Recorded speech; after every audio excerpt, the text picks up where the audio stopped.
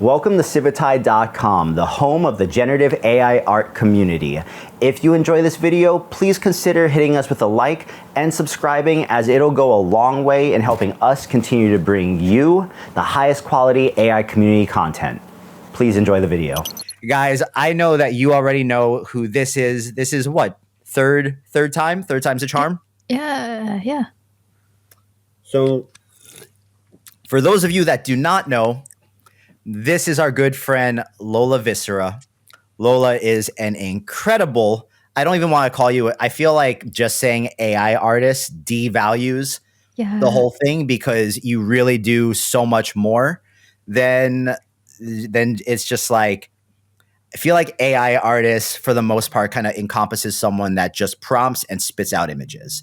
And what you do is so much more than that. So yeah, Lola is an incredible creator that we have had the pleasure of kind of having on the stream throughout all these different little milestones of her social media career, since she has been Lola Viscera, and she's been making these horrifying things that we all have come to know and love.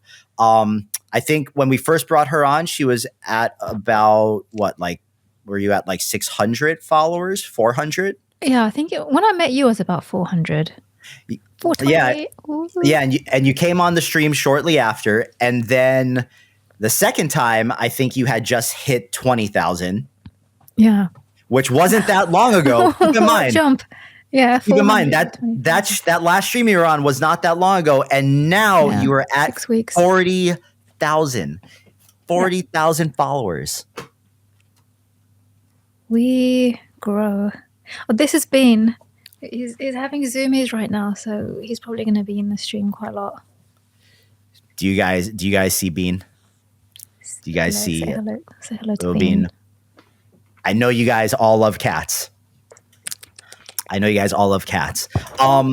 he's gonna. Just some housekeeping for anyone. Wait, let me turn on my cool streamer thing. Okay, now I'm officially in streamer mode.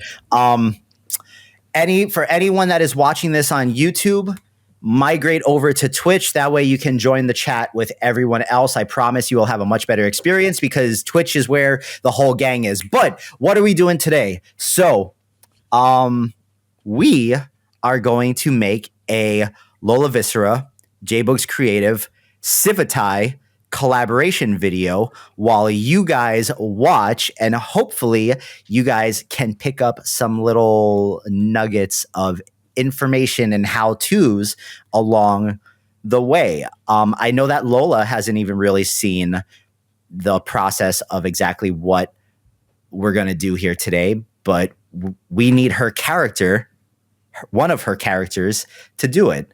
So first thing is first. And real quick, Lola, before I dive into all this stuff, why don't you tell the people, for people who don't know who you are, just give them the quick Lola Viscera in a nutshell, what you do and where they can find you. Oh, I forgot about this question. I'm not prepared. I'm an artist and creator. I have just made a YouTube channel, so I guess that's what I do now. Storyteller, creature designer, and I love horror and gore. I'm also on my social media. I've been growing that, so sometimes I share tips and tricks on how to grow social media following. But my focus is definitely art, and AI has changed my life. I'm going all in with the AI. All in with the AI. And I just linked Lola's Instagram profile in the chat. I'm going to go ahead and put that in the chat in Instagram too. I don't know if you guys can even click that, but be aware when you go to her page that it gets wild there, but in the best way possible. So what we are doing, let me go ahead and share my screen here, because we're going to do the boring stuff first before we get to the fun stuff, which is Lola's creation. So, Lola, do you think we should do something based around the ocean, or something more in the middle of the road with like people middle of the day happening. Oh, Because that I made.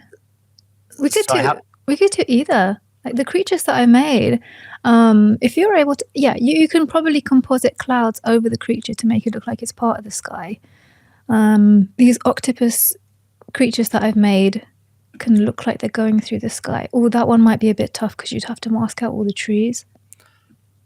No, so I'm planning on letting the in painting take care of it. So what we're going to do is your character that you sent to me that we're going to use as a reference, I'm going to take the frame from the video into Midjourney and in paint your character into it. Okay. In the editor. That's how we're doing this, because while it might not capture the full fidelity of your character, I promise it's going to do something cool. But yeah, okay. I had a better clip of the ocean, I think. Ooh, that one's really good. But let's try this ocean one first. I have so many questions. You go, ask, please. So when you if I give you the prompt as well as the reference image, will that help what you do on your end or not really? We will try. We can try both ways, and we'll see how different what Midjourney gives us will be. Yeah. Okay. And I'm using Midjourney rather than like Flux or something, because I know you generate your characters in Midjourney, and I want to try to keep them as true to what you created as possible, since this is a collaboration. But so, okay, I think this video right here, and yes, for Conqueror, you asked what program I am using. Currently, I am in Premiere Pro, and as I move through different things, I will let you guys know what I am doing. So basically what needs to happen here is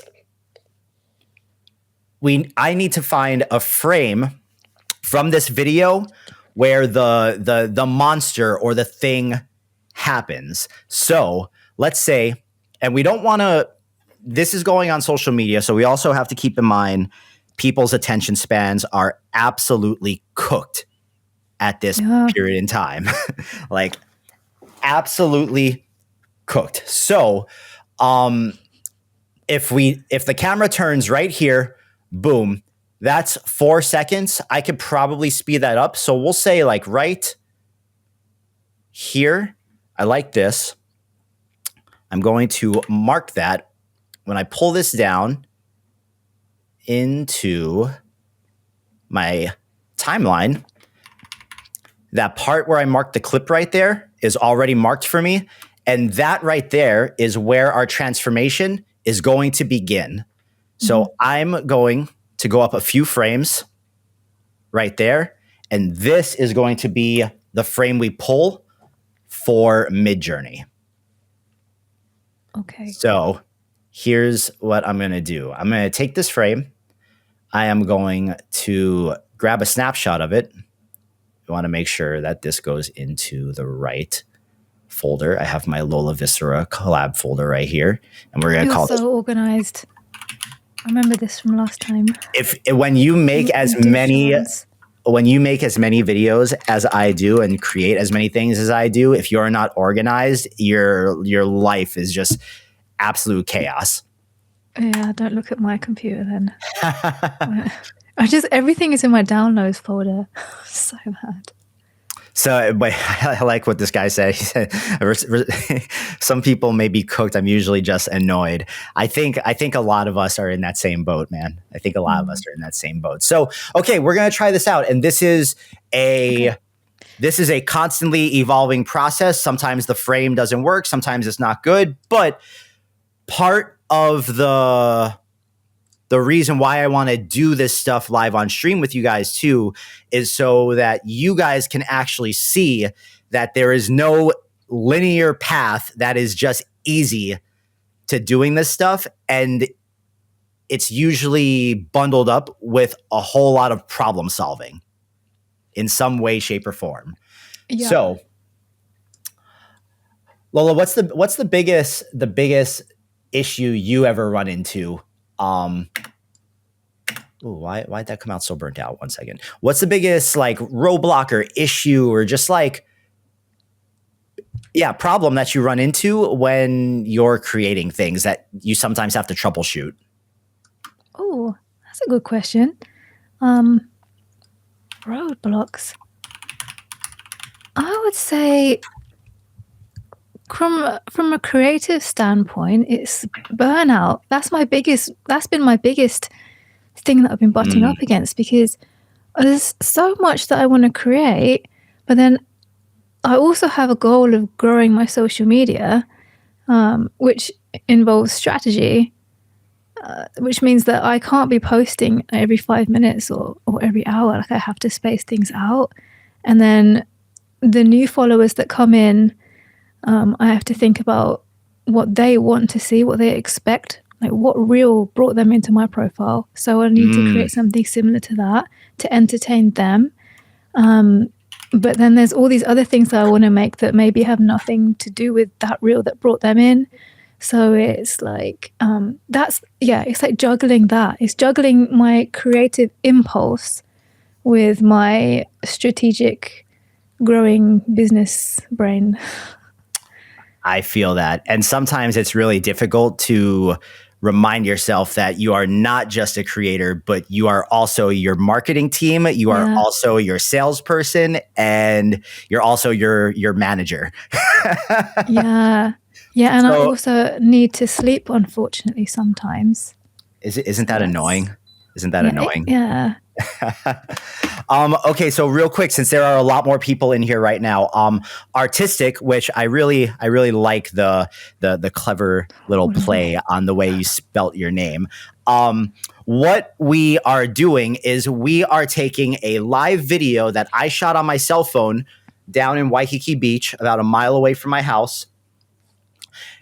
We're taking a character reference image that Lola created in Midjourney, and we're going to use that character reference to in-paint the creature into the video, and then we are going to bring the video to life and edit it together and come up with something that will hopefully look very nice and pretty on your guys' cell phones on Instagram for Civitai and me and Lola. That is what we are doing. Mm-hmm. So, Lola, do you want to share your screen and we take a look at some characters? Yeah, remind me how to do that. Yeah, so right in the center of the screen, right on the bottom, there's like the little screen share thing, okay. And then make sure you share the entire screen and not just like the application. Okay, so if I move my...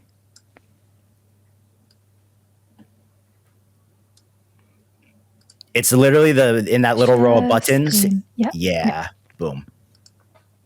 Okay, we're going to get an infinite window thing going on.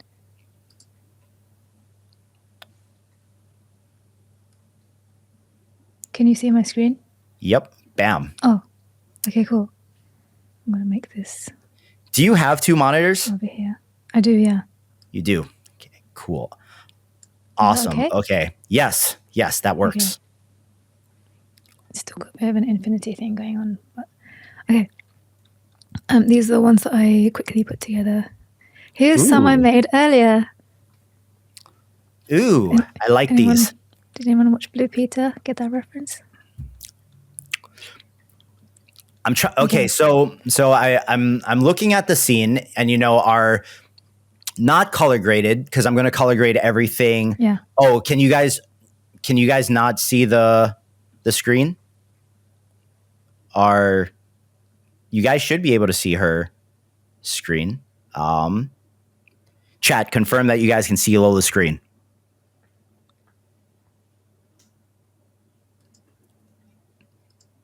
Engelstein says he sees the tentacles. We're good. Okay. Yes. Yeah. WTF is this? That would be a you problem then. So, okay. I really like the little mechanical octopuses. I also like the mechanical crab. I think the crab is super cool, but the people want tentacles. They want tentacles. So now the question is, what color do we like? I kind of like the the pink purple, or maybe like the orange, like the more neutral colored one. Oh, and also, I have no idea who Blue Peter is, but ATD Blue Films certainly Peter. does. I Blue have no Peter is idea what this that is. show from like the isn't yeah, I think it was the 90s, and they would make things out of like paper mache, and like they'll do it so that kids at home can also do it, and then people will send in their creations and they get a Blue Peter badge. And I wanted a Blue Peter badge. I never got one. And then the co-presenter will be like, "Here's one we made earlier." I can't. Oh, you guys are so American. I'm and it's even worse for me because I'm American, but I'm like Hawaii American, which is so different from like mainland American. Did you move from the US? No. I was born on Maui. That's so cool. So it's just like when I go to the main United States, I feel like I'm in a completely different world because it's actually so different from Hawaii. Yeah. I've been really enjoying your live streams that you've been doing, where you go for walks. It's like walking with you through paradise. So nice. Thank you. Okay, so how about you send me? Oh, I also really like those kind of jellyfish looking ones. Yeah. So these are the ones that I'm leaning towards, like these ones in the middle, because they would work with your sky. Something like this just floating through the sky like a big ominous being that no one sees. Yeah, so what I'm going to try to do is I'm going to try to inpaint it in a way where it's like the octopus is giant in the bay, and it's kind of like towering over everyone. So exactly, given that scenario, I like all of these things, and we can try a few different ones, but why don't you send me a couple links and we'll just start trying them, and also send me like the general idea of the prompt. Just copy and paste one of the prompts, and we'll try it both with your prompt and with just prompting it very simply. Okay, I'm going to send you this. Look, literally, guys, I learned that you can do this 15 minutes ago. This is what I love about this. I learn something new every day. Just views. I do not know why you would be seeing a black screen, unfortunately, because I think everyone else can see it. And like, I'm also watching it on my Instagram in another window, and I see everything on the Instagram live as well. And I see it on, let me just hit play on Twitch real quick and see. Boom. Yeah, no, when I look at it on Twitch, I also see everything that I'm seeing on as I'm supposed to. So I am unsure, brother. All right, let's try this. So like I said, guys, we are doing this in Midjourney because Lola creates her characters in Midjourney, and I want to try to keep them as close to her characters as possible. So what I have here is my frame from the video loaded into the Midjourney image editor, which we use for inpainting. And for those of you that don't know, inpainting is basically you're erasing stuff in the image and painting new stuff in, or you're changing stuff. Photoshop created a very fancy term for it called generative fill, but we are inpainting. So I want to keep this pavilion here because this pavilion is kind of iconic, and that if anyone from Hawaii sees this, they'll know exactly where this is. So I'm going to be careful to keep the pavilion there. So what I'm going to do here is I'm just going to erase this, as well as maybe like some of the water around here. So hopefully we can try to like motivate the tentacles to do something in that direction. And then Lola in Discord has been sending me octopus images. Oh, this one might be cool. So wait, you guys are saying you just see Lola's screen. No, you guys can't see. Oh, wait, sorry. Yeah, my bad. There we go. I meant to switch it to my screen. Sorry. You guys were right on that one. That was my fault. I blame the energy drink. What are you drinking? I have been addicted to these Ghost energy drinks, and this one is orange creamsicle. Oh, that sounds good. Yeah. So, okay, we're going to start pulling in some of her octopus images here. So I'm going to copy the link from what she sent me in Discord. I'm going to go ahead and paste it into the Midjourney editor. And what that does is it doesn't put the link in, and it just puts the image in. And then Lola sent me her prompt as well. Mm-hmm. And first we're going to just try putting the prompt in that she sent me and see what that does. And I'm curious because I use reference images as well. And we'll also try it with the image as a character reference and not just a style reference. So we'll try it both ways and we'll see what it gives us.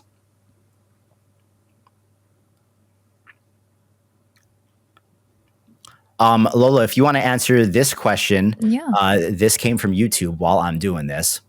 Oh, we're on YouTube as well. I use Midjourney mainly. I do have access to Flux through FreePic, but it's another thing to learn. And I found that FreePic Flux it doesn't do monsters very well. Midjourney is still my tool of choice for that. Flux is really good for realism, though. For people, it's really good. All right. So what that actually did with your prompt was it just kind of like put the octopus in there. And we want the octopus we want to try to get the octopus in the water. So I'm going to try a much simpler prompt and see what it does. Slash key.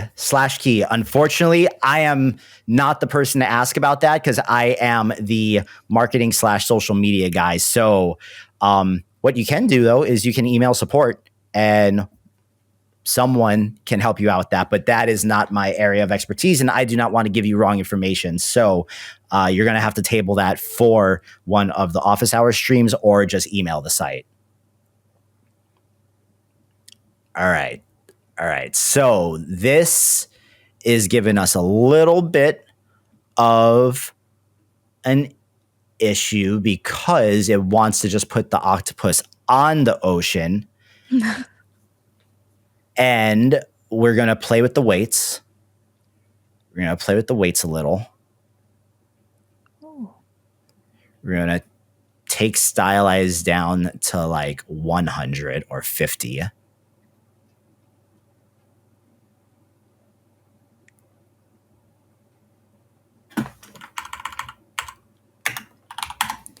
Boom. And just so you guys know, I also feel an immense amount of pressure when I do these streams for you because I want everything to be perfect the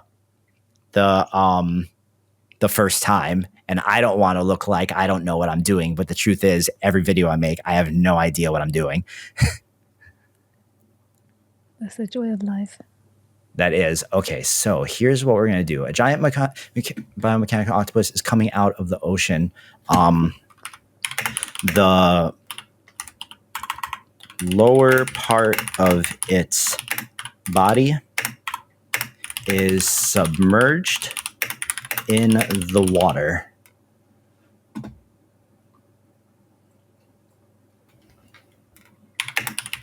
Water is splashing around it. Let's try that and just see what it does. Yeah, after we get the octopus, I might just have to re-mask it and then put water back over the bottom part of it. That might be because I think right now, like I really like these octopuses, but I think it's just the character reference is pulling too hard. So let's look at these and let's first say, do we like one of these? I'm going to scroll through them and just tell me if there's like an octopus that jumps out at you.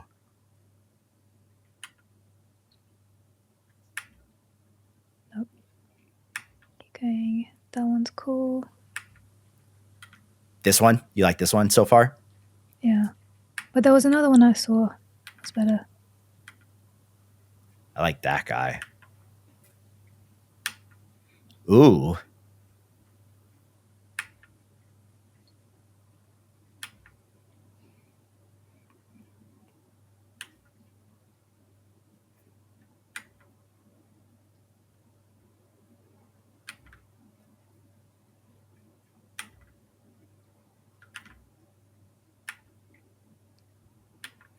I think these look a little too like out of place, whereas the other ones, it definitely looked like it tried to blend them in more. So like, because the colors on these are a little darker, which I really like, because it almost makes it feel like more of a part of the scene, you know? Mm-hmm. So You could try a different color.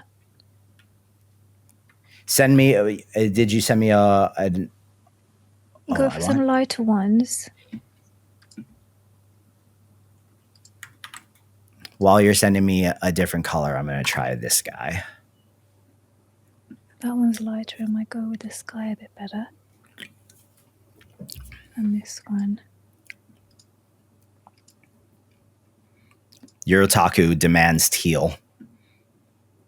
Oh, it's kind of like that is kind of, I mean, you pretty much just sent me one that's teal.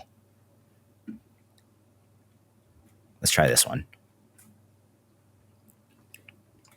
Because, yeah, what we're going to try to do is get an octopus that we like, and then we're going to try to put it back in the water. That's the plan.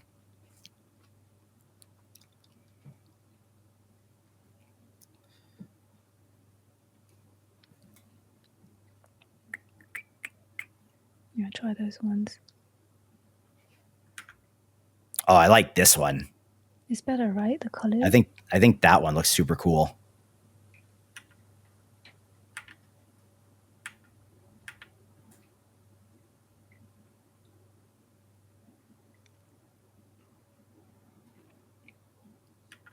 Chrono Knight says partly submerge. Okay, let's say boom.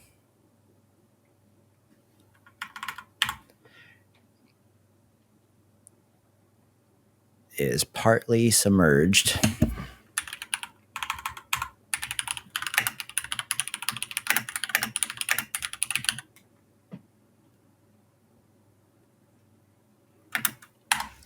Let's try that.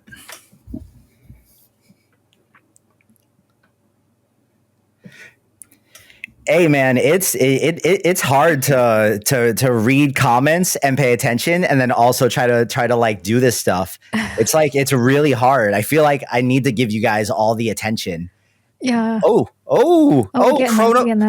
Chrono Knight with the. Okay, let's try this. What did you do? I missed it. I changed the prompt to say a giant biomechanical octopus is partly submerged in the ocean. Oh, that's good. Yeah. Chrono Knight coming through with the knowledge. Let's see if that continues to work when I turn the stylization higher. Ooh, now we're cooking. Now we're cooking. Yes.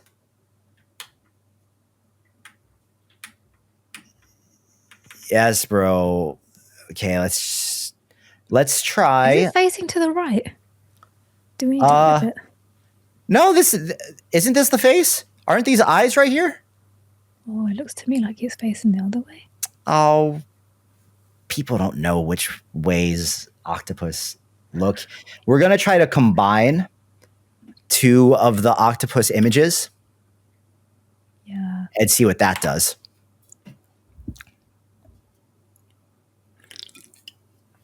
And also, let's pull up Pinterest, our best friend.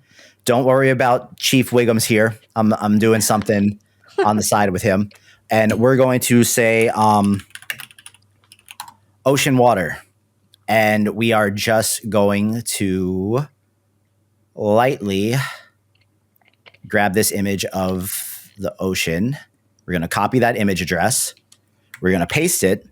And we're just going to see what that does when we put that in there as well. But this one looks cool.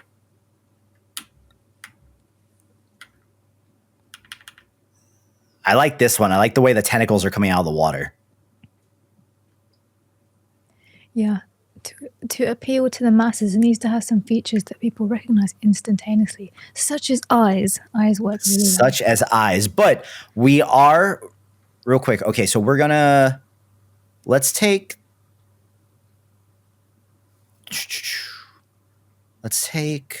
this.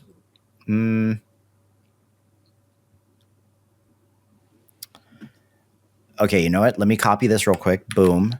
We're going to come back up to this, and we're going to mask more of the water here.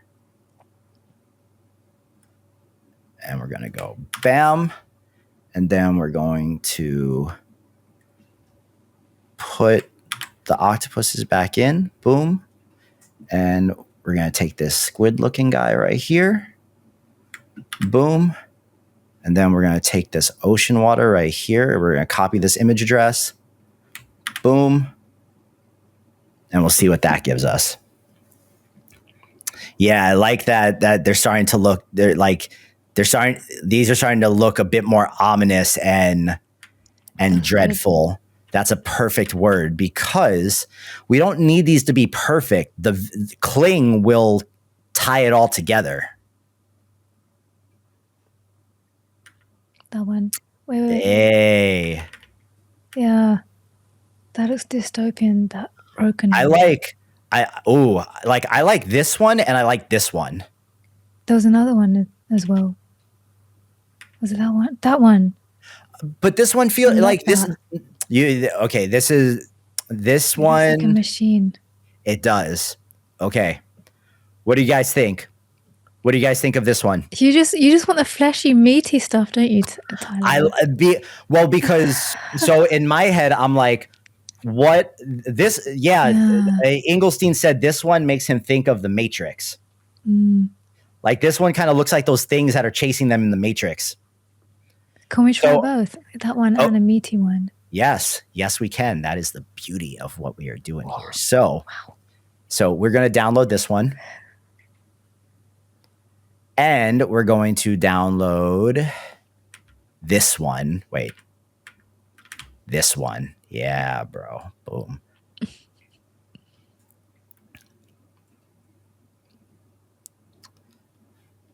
Boom. And now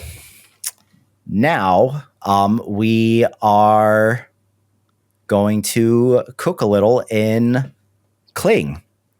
So what do we have to do here? Well, what we need to do, this was the frame that we painted the octopus in. That's not the frame we want to transition from, because we want there to be some type of movement in between. We don't want the transition to happen right on the frame where we are cutting the video. So we're going back to this frame, because see how I have the camera turning right here?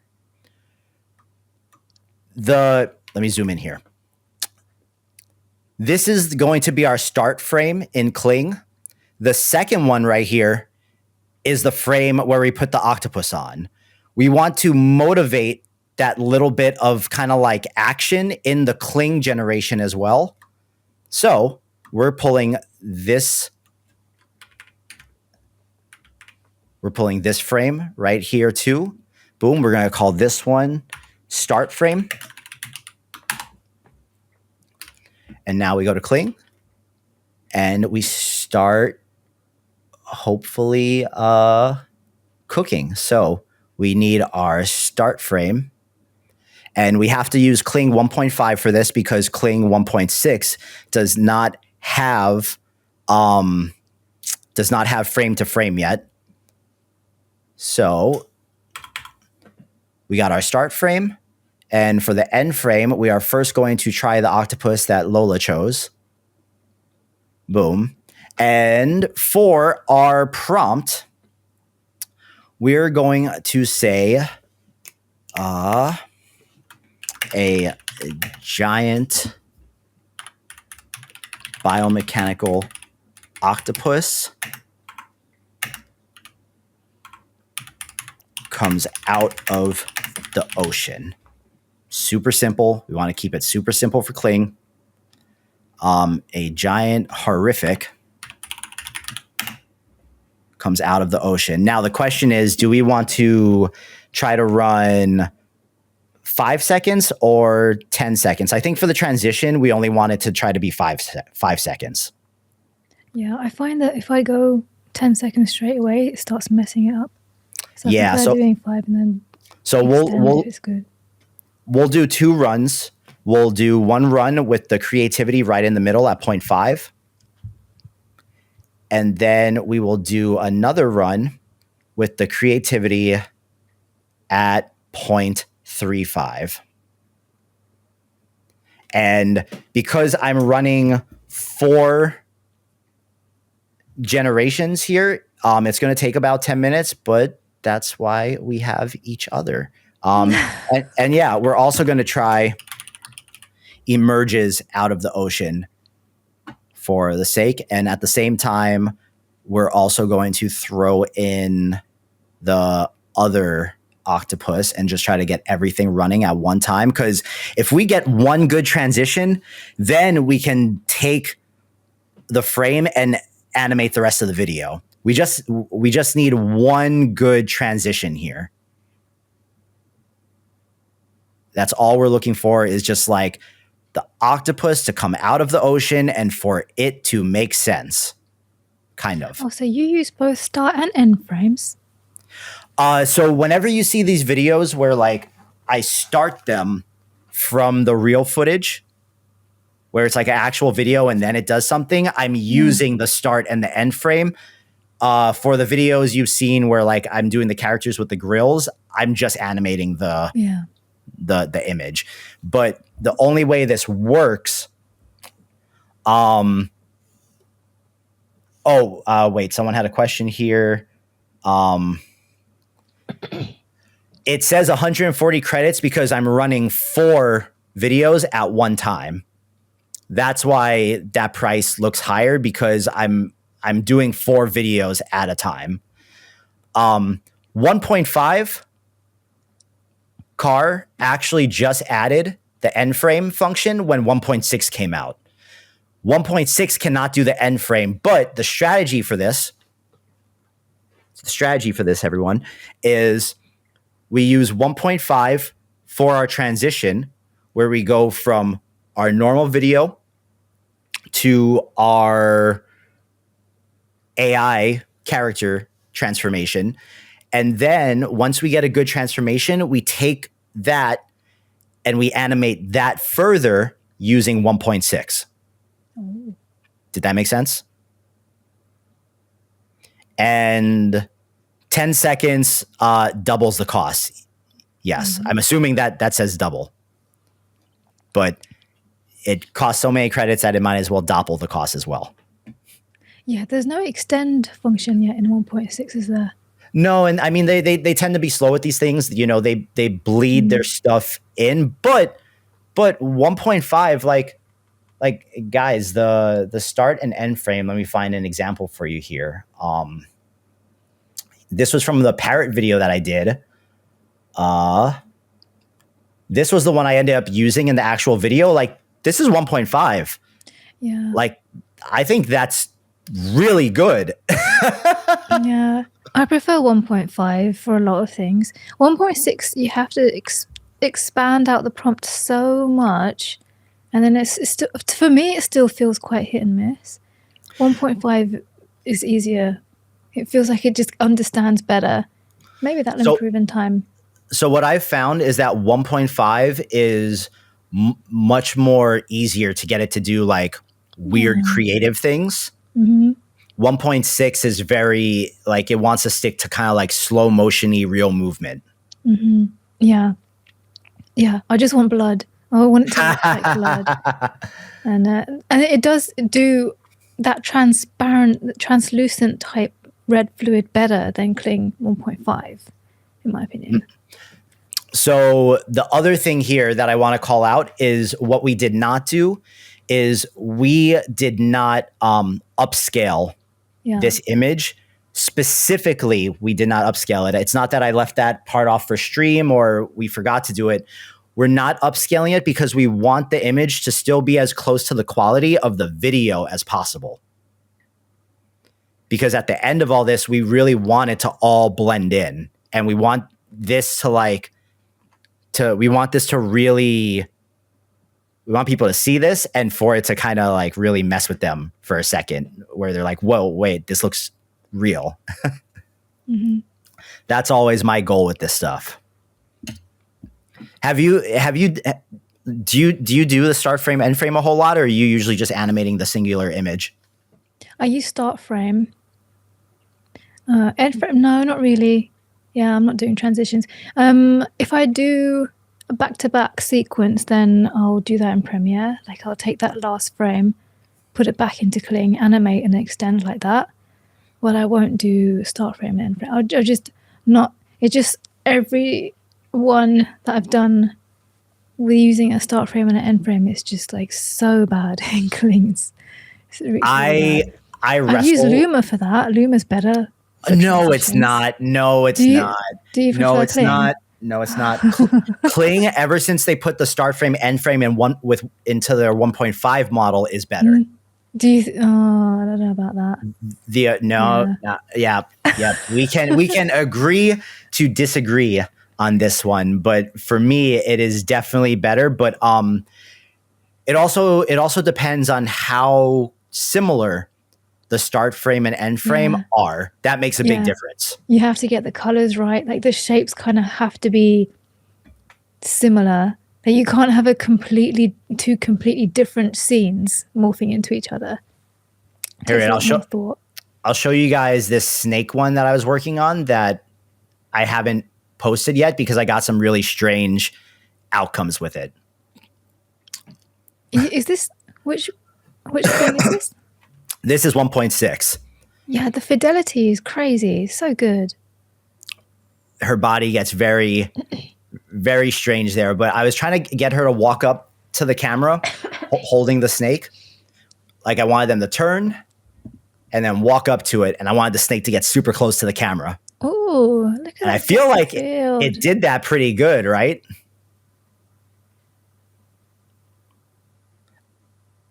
I don't know why the first ones made her just like make out with the snake, but these I thought were really impressive. Like, look at that.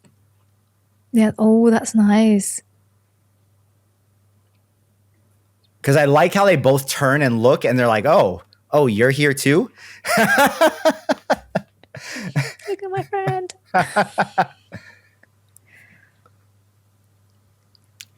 So that one was cool. I tried to do this thing with this girl with this porcupine. That doesn't look comfortable at all. It's like, it's cute and it's also like painful. Yeah.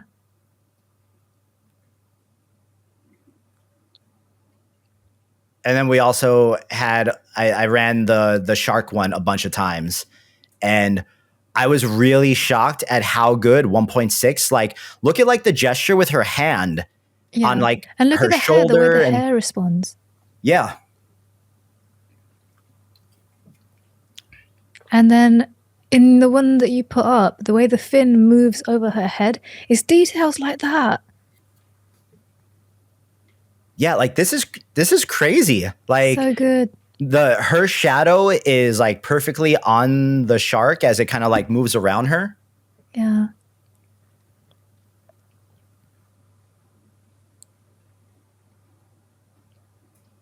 Yeah. Yeah, this video was really, popular. People really, I don't know, something about this one. People really liked it.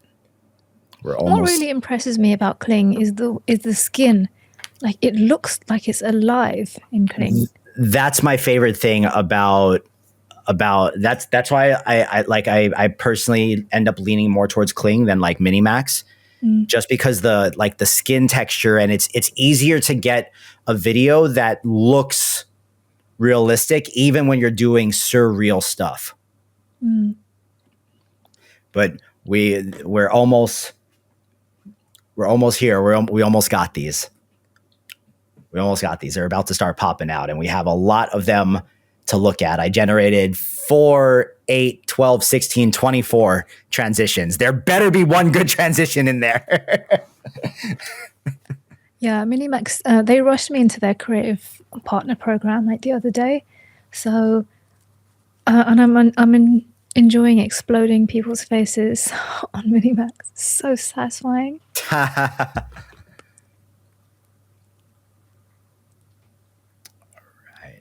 Boom, boom, boom, boom, boom, boom. Okay, they're starting.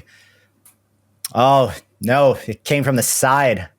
It jumped in the ocean. Can you play that backwards? Or are the waves moving the wrong way? Yeah, no, don't worry. We have a lot of these to look at. This is yeah, often I'll use a frame and just play it backwards in Premiere. That's super funny. That's super funny. It's like he thought the ocean was deeper than it was. I feel like this batch is just going to be the octopus jumping into the water. Oh, what are you doing? So the one annoying thing, see how one video still hasn't popped out yet? Until this last one pops out, the only one that will play all the way through is the top one.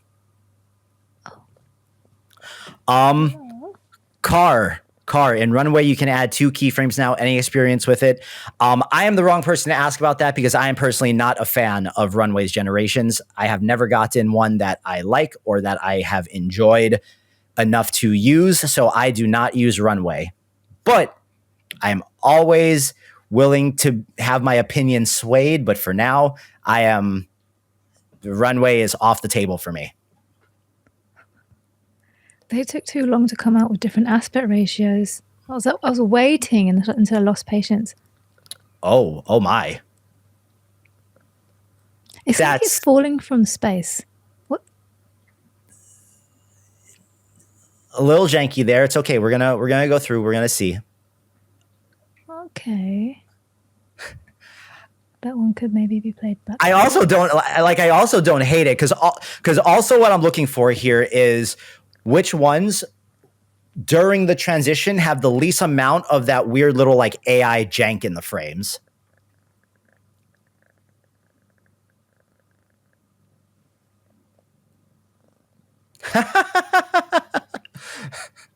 It's just like, ta-da. It's like, I have arrived. I quite like that. I like that one too. It's done really well, really good. Because okay, so look at the motion too, because it's like I'm still and so okay, see how the sand gets all weird on the bottom there? Do you notice that? How the sand gets all like right there, like towards the end of the clip, the sand morphs and gets all pixelated. I'm almost positive that I can fix that in Sora.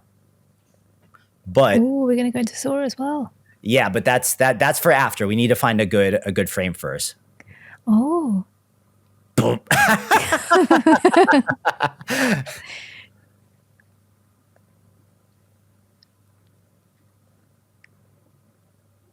Okay, no, I don't like any of these where he's like falling from the sky. I don't like too many. I don't. Yeah, none of those. Let's check this octopus. Oh, see, I like this guy. Okay.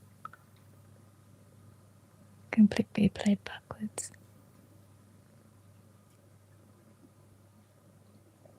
Okay. It's like he understood what that thing was better than the other one. Yeah, for sure. What is with the falling from the sky? Ooh. Oh, that I like. Okay, let's check this last batch right here.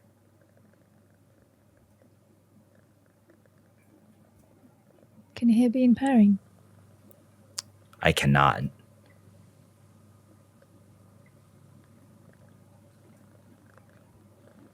Okay. I'm going to go to this one. I'm going to say a giant horrific. Yeah. Get my keyboard to turn back on. We're gonna run one more thing here. Horrific octopus rises from the bottom of the ocean.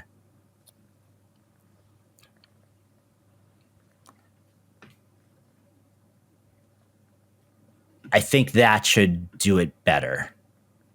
Rises from the depths. We'll try both. We'll do this one, and we'll do rises from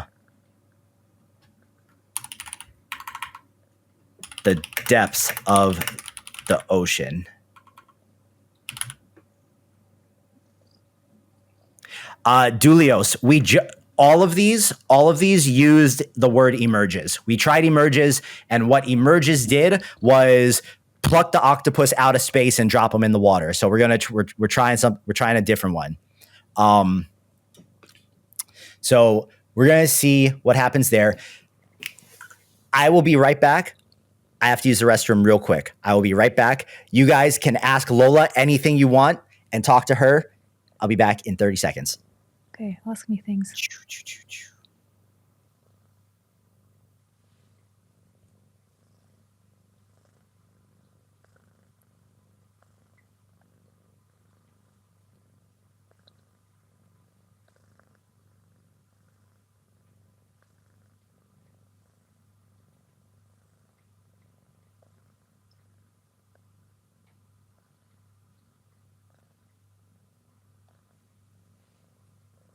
Ask me a question.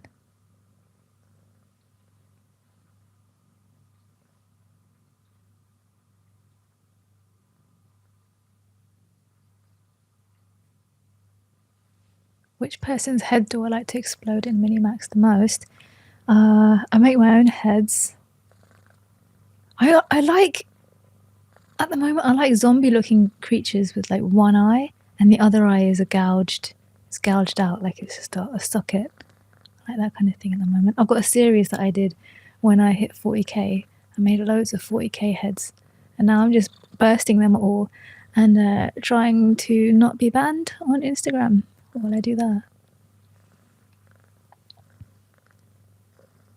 Steve. Oh yeah, we were going to make a Steve for this, weren't we? Yeah, I'm not sure that a lot of people here know who Steve is. I feel like all we are all trying to do is not get banned on Instagram. Yeah. I was thinking about this earlier as I was driving. It's like pop stars. They have two versions of the song, right? They have the sweary version and they have the radio version. And my Instagram is like the radio version of Oh yeah, the 2 a.m. heads. I stopped calling it that in the end because there was way too much I wanted to cover, and that kind of, I don't want to get pigeonholed. I also think too that as your account grows, the stuff like that, I think it's good that you stop calling it that, just because then it's like, it's easy for all the new followers that are not AI people to get confused. Yeah, I get the wrong idea. So I have to think about my brand image now as I reach out, because my goal is to work with people who are like, at the top of their game doing this, and that name didn't quite fit that persona. The Odyssey project. Yeah, I was going to ask you about what the rules are for that. I haven't checked it out properly yet. Because if I do like a VO, like a story VO, like how I've been doing with my YouTube, is that, will that work? I think I think it'll work. You just have to. It just has to not have like the gratuitous use of blood and gore, because it's a little bit more, down the middle and keeping it a little safe. Yeah. Okay. Okay. All right, we are almost there. I have it. He said interest killed. What in Odyssey? No, Yeah. because if you look at my YouTube, none of it is gory because I'll just get demonetized. So that's what we were saying earlier about that business strategy side of things, and like what the fun stuff, like the really fun stuff. Can't always do the fun stuff because if you want to reach a wider audience, just it can cut out a lot of people. So I get it. I mean, right there, he said just replace all the gore with rainbow and glitter. Yeah. Actually, on Instagram, I've got a collab coming up with someone which involves cake. So it's just replacing that gore and that blood with food. I can hear it squishing already. I can hear the cake squishing strawberry already. jam, raspberry jam. Organs are like berries. Yes, I'll find a way. What a wonderful time we live in, where you have to appeal for your videos to be shown to people on the platform by explaining to someone in support that it is not blood, it is indeed raspberry jam. It's raspberry jam. Yeah. Do you know what? I haven't had. Actually, there was one video, but most of the time it's because it's like sexual. I did one which it didn't show any skin or anything, but because of the facial expressions, it got removed because it was suggestive, which I thought that was ridiculous.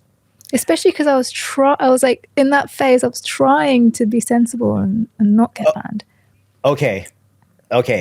Here's the thing that grinds my gears the most about Instagram, because it's been a while since I've had a video taken down or removed, but there were 2 old animations I made that got removed, and it was like right after those got removed, and I was like, there's nothing even suggestive about these.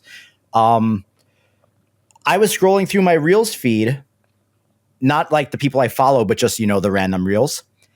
And the only fangirls are out of control. Yeah. And my stuff gets taken down. Like, are you kidding me? Yeah.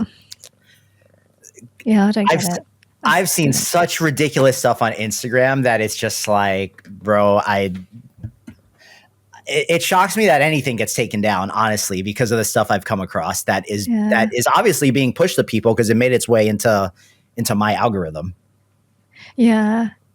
Well, there's people reporting us every day, all the time. So in a way, it's I definitely got reported for the girl eating the snakes. I 100% got. I definitely got reported for the girl with the goldfish. Yeah, but they don't always go through. Like, otherwise, all of our videos would be taken down all the time because there's people who hate AI just because they don't understand what it is. They just like report anything that's AI. I am curious, and I'm sure other people would like to hear this. Was there anything you did differently between 20K and 40K that contributed to that growth in that relatively short period of time? Because you definitely went from 20 to 40 a lot quicker than you went from 0 to 20. Oh, that's to be expected. Once you hit 10K is 5 figures. Once you hit 5 figures, it's downhill from there, really. As in, it gets easier because you already have that social proof. So that's just part of it. Which, I knew that, which is why first it was getting to 1,000. That was like so hard. That was probably the hardest, getting to 1,000. And then there to 5K was, I don't know, I think it was through collabs. And then to 10K, that was the next battle. And after that, it gets easier. I did have a few videos that went mega, mega viral, which helps. And then once we find something that goes viral, then we do things that are very similar to that. Keeping a cadence up that helps the algo daddy know what to do with your content. Push it to the right eyes who share it. I refuse to call it the algo daddy. Algo daddy, yeah. I refuse. Oh, Kintsugi. Stop banning my place. And then I did these like Monday. It was like these heads made of marble, these beautiful kintsugi heads. Do you know what kintsugi is? Oh, like the cracked marble Japanese thing where it has the cracks in it, right? Yes. Yeah. So the idea, the philosophy behind kintsugi is that we don't, like, if we break apart, we don't just freaking throw the pot away because it's broken. We put gold in those cracks, and that becomes part of what makes it beautiful. And I love that idea. So I made a bunch of kintsugi heads, like people who are broken, but the cracks are filled with gold. And then I burst them open, and inside is blood and gore and intestines. So it's like the way that I thought about it was that people would see this beautiful sculpture, this person. It could be makeup, they don't know, because these heads look quite real. The eyes look real.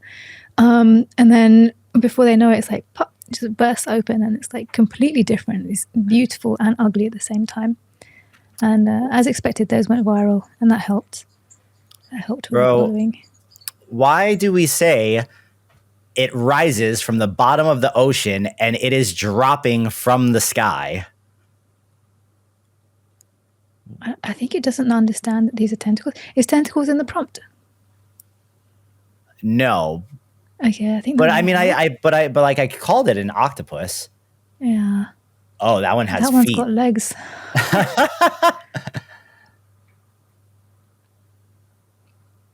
We might just have to roll with one of the ones where it slides in. Oh yeah. But it's okay. We'll take a look. We'll wait another minute. We got a few more coming out. That one's good. It's got some hefty tentacles. Like, I mean, I guess like what's the galactic horror, cosmic horror, what is it? What do you call that? Oh, it's on the tip of my tongue. Guys, who writes the Cthulhu? Yeah, I mean, doesn't Cthulhu falls from the sky, right? I guess that's a thing. Lovecraftian. Thank you, Irotaku. That's a thing, right? Isn't Cthulhu a thing? Let's see here. Boom. Okay, let's check the other ones. No, I don't want you to run in, bro. That was funny.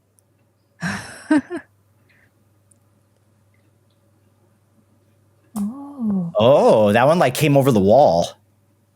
Okay, what is Tiny Bean doing? That one's cool. Oh, I think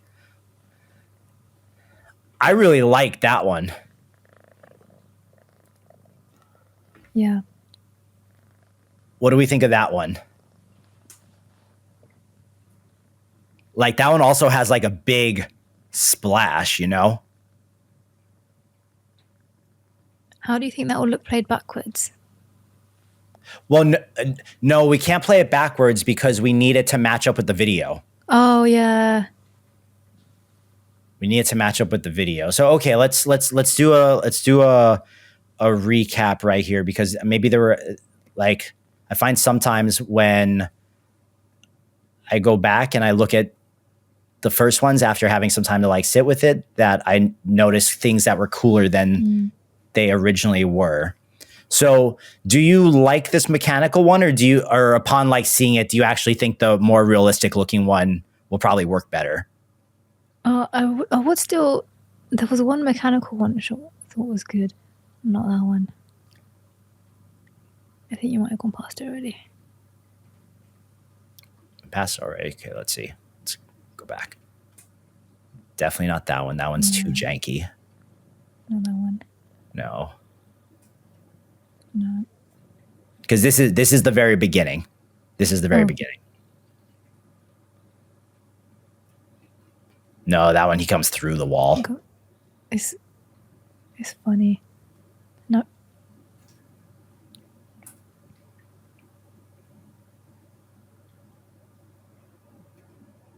Don't hate it. I mean, it's technically good.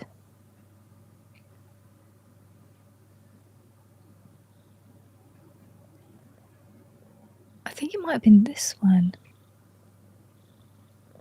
My only quarrel with this is that the octopus itself doesn't look alive. Yeah. Whereas the other one had like the tentacle movement and stuff. Yeah.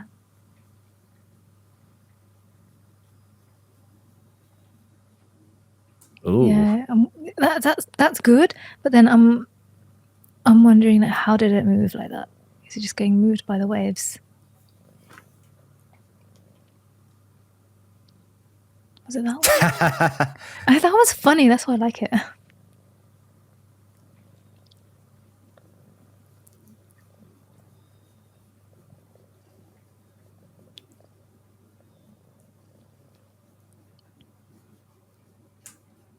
And that one's good.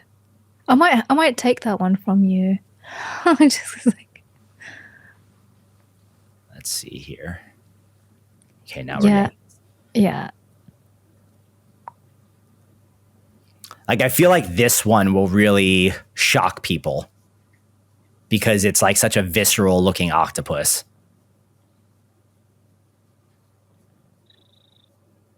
Oh, the bottom of that one was like a spaceship.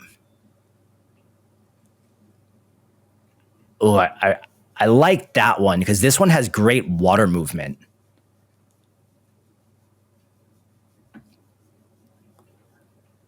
Someone commented recently saying that, like, oh, you just got lucky. Yeah, I've got one post that went viral. I think it's at like, I think it must be about 7 million now. Of these two heads, like this one woman that screams and turns into two heads, and like, oh, it's a shame this is AI. You just got lucky. It's like, no idea what goes behind it. I think it's important for people to see that how much time goes into curation. They're not. I agree, but it's impossible, and we all know that. We all know that most people, once they most people come from a place where they're not even open to a discussion about it. They're just, what they think is what they think, and that's what it is. Yeah. I really like this one. Wait, no, not that one. No, where was it?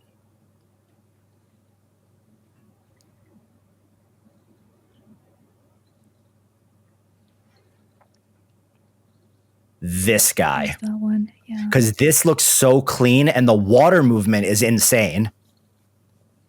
Let's do it. So flappy thing at the back. Is this little tentacle? Is this little flappy tentacle?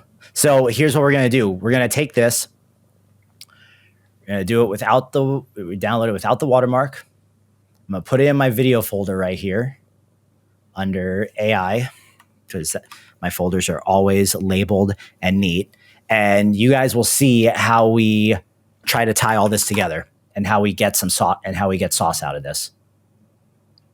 Boom. We're going to come back into Premiere. We're going to drag. Why would you ever want to download something with a watermark from Kling? Right? I feel like they do that just to catch people off guard. Yeah, so annoying when I downloaded it. I'm like, oh, now I've got to go and download it again because you didn't press the button. It's like, without watermark. All right. So on Instagram, hey, Senorita, you creating some fake videos. That is all we do around here, bro, is create fake videos. Don't you guys know? Don't you know? That's literally all I do here is create fake videos. Who said that? It's on Instagram. Oh. Fake. This is the fake news Instagram page, bro. This is the fake news. So, okay.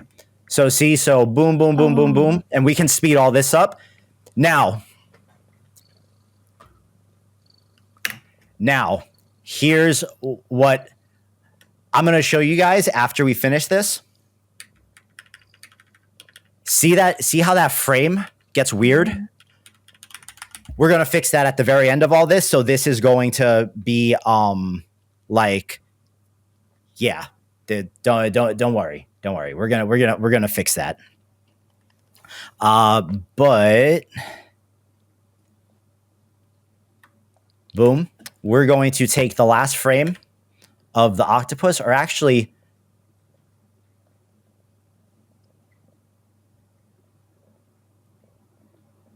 yeah, we're going to take the last frame of the octopus, right?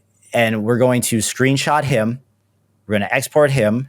We're going to call this 3 octopus.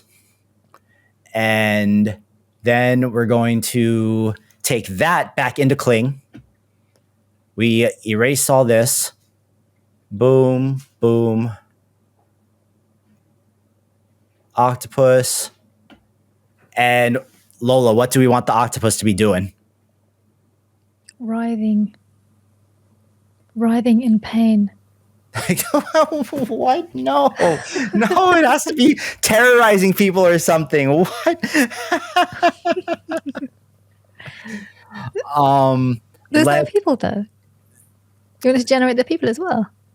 No, that's okay. That's true. That's true. Because okay, it doesn't make very good people. But do you think Kling will understand writhing in pain? Yes, it does. Yeah, it does. Okay, you know it does.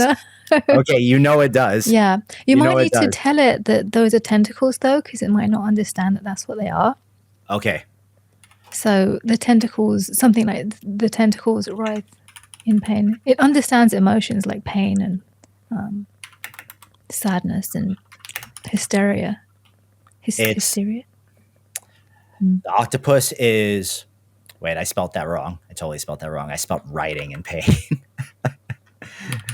You know how many times I've generated things and then I've looked at the prompt and realized I had all these spelling errors. Yeah. The octopus is writhing in pain. Its tentacles are flailing. Try convulsing. Convulsing. Sometimes that can make it move a bit too fast, but let's see. No, the tentacles are convulsing. Do we need another word after convulsing? No, just the tentacles are convulsing. Okay. This is the prompt the chat wants. That's what the chat wants.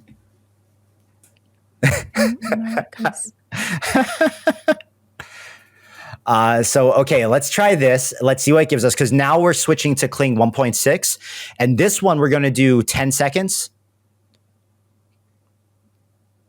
We're going to do 0.5. I usually always go for 5. Yeah. So here's the thing. I find with 1.6 that I actually get better results with 10. Okay.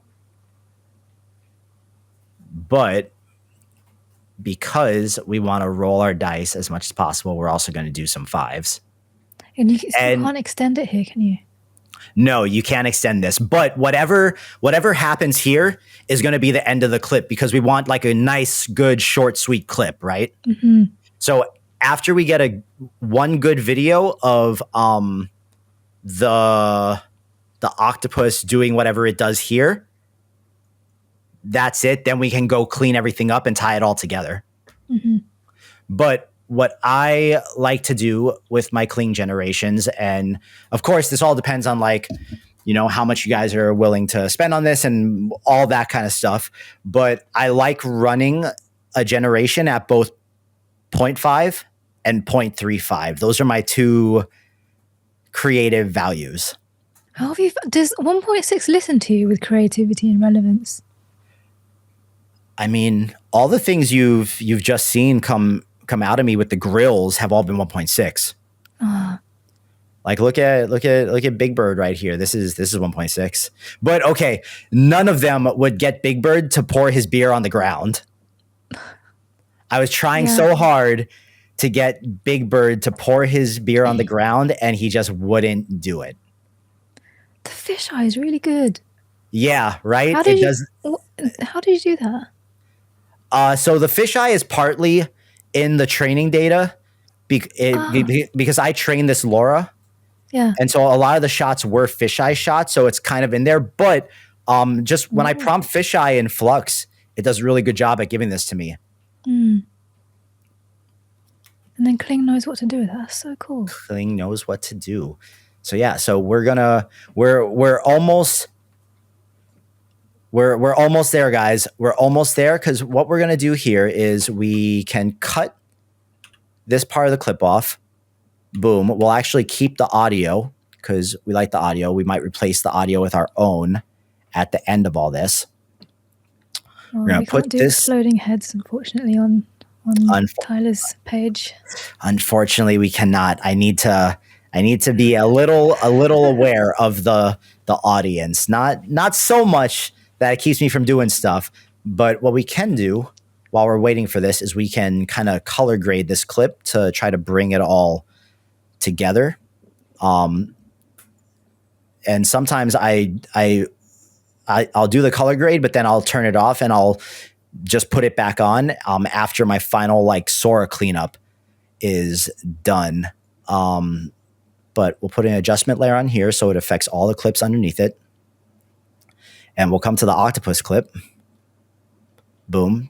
Damn, that looks good. That looks really good. This is opening up a whole world for me that you can do this. Put my favorite LUT on it, bring the intensity down just a little, but just to add a little color. What's your favorite LUT? It's this thing called magnetite. I have no idea where I got it. I've had it for so long, but no matter what LUT I use on my videos, I always end up just coming back to this one LUT because it's just so good on everything. Yeah. So I always bump up the sharpening on all my social media videos to at least 25. Oh. We're going to raise the vibrance a little. What does that stand for? Lookup table. So a lookup table is it's a color profile for like photos and for video files. But then we're going to mess with the contrast a little. Boom. Highlights, we'll probably bring the highlights down a bit because it looks a little bright. We bring the shadows up so the octopus is not as black. Bring the whites down boom, just a little. And the blacks we don't want to so if you guys look at this this color spectrum on the left, the main reason we want to pay attention to this is the very bottom line here. You don't want the heavy part of this line crushing into where it says 0 right here. Because if we do that, if we crush that down, then all the blacks are going to be crushed, which means there's no color information in them. And then when you look at it on your phone screen, you're going to get this really undesirable color effect in the dark parts of your image. So we're going to bring the blacks up until they're just above crush, because we still want them black and we want them punchy, but we do not want them to be crushed into 0. So right about there is perfect. And now if we go back and look at it, okay, we'll turn the audio off so I don't have to hear that. Boom. And at the end of all this, we're going to like speed the clip up so it gets to this part much sooner and everything. But we do all the speed ramping and all that at the very, very end. But I think the contrast can be brought down a little because that's also crushing some of the blacks. And the blacks can even be brought up a little bit more. The haze is looking good. Yeah, I do really like the haze. Don't worry, we're gonna make that not look like AI at the end of all this. Oh, okay. So we got the 5-second clips. So here's the 5. Yeah. So here's 5-second number 1. We got 5-second number 2. These are the clips with creativity at 0.35. I want to make it like eat somebody just with a tentacle. No, another one. It's just kind of rocking back and forth. Let's see here.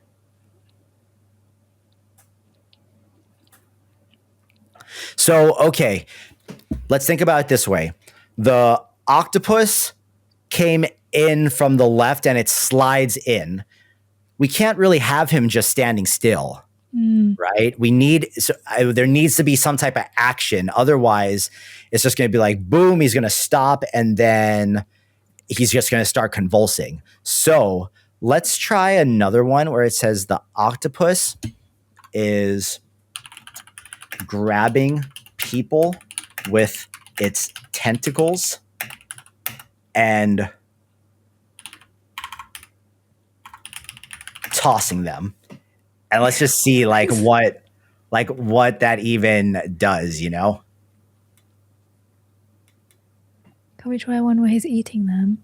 Yes, I was thinking that too, and we'll do that too. I just didn't want that to get us to get marked, but I guess Kling actually cares the least. Yeah. Boom, and then we'll also Chrono Knight said focusing on something to his right that is out of frame, would that work? Possibly, you know, man, with these things, it's like what you tell it to do doesn't necessarily always have to be already in the frame. It sometimes they're good at making it just like do the weird things, and sometimes it just doesn't do anything you tell it to do. But we're going to try both ways,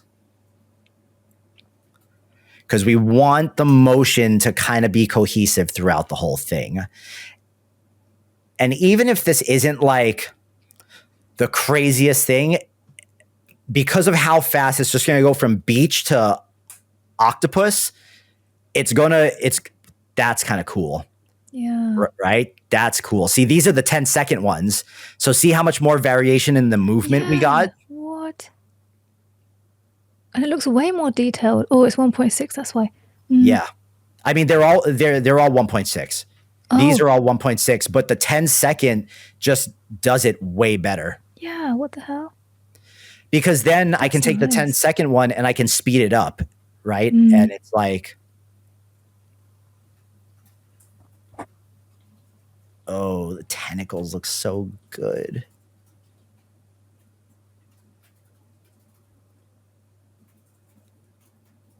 Okay, that was 10-second one. This is 10 seconds with the creativity at 0.35. I love it. It looks so visceral. Mm-hmm. And the way these are nice, these are. They wave out and it's like accurate with the... Yeah.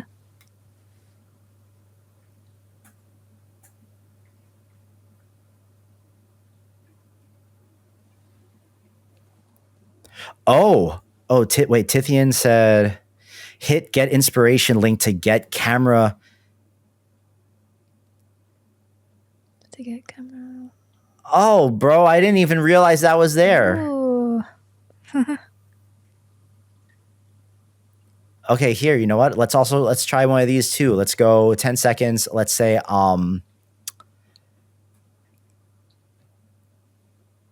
let's say handheld device filming, because I mean this was taken on the cell phone, and we'll say what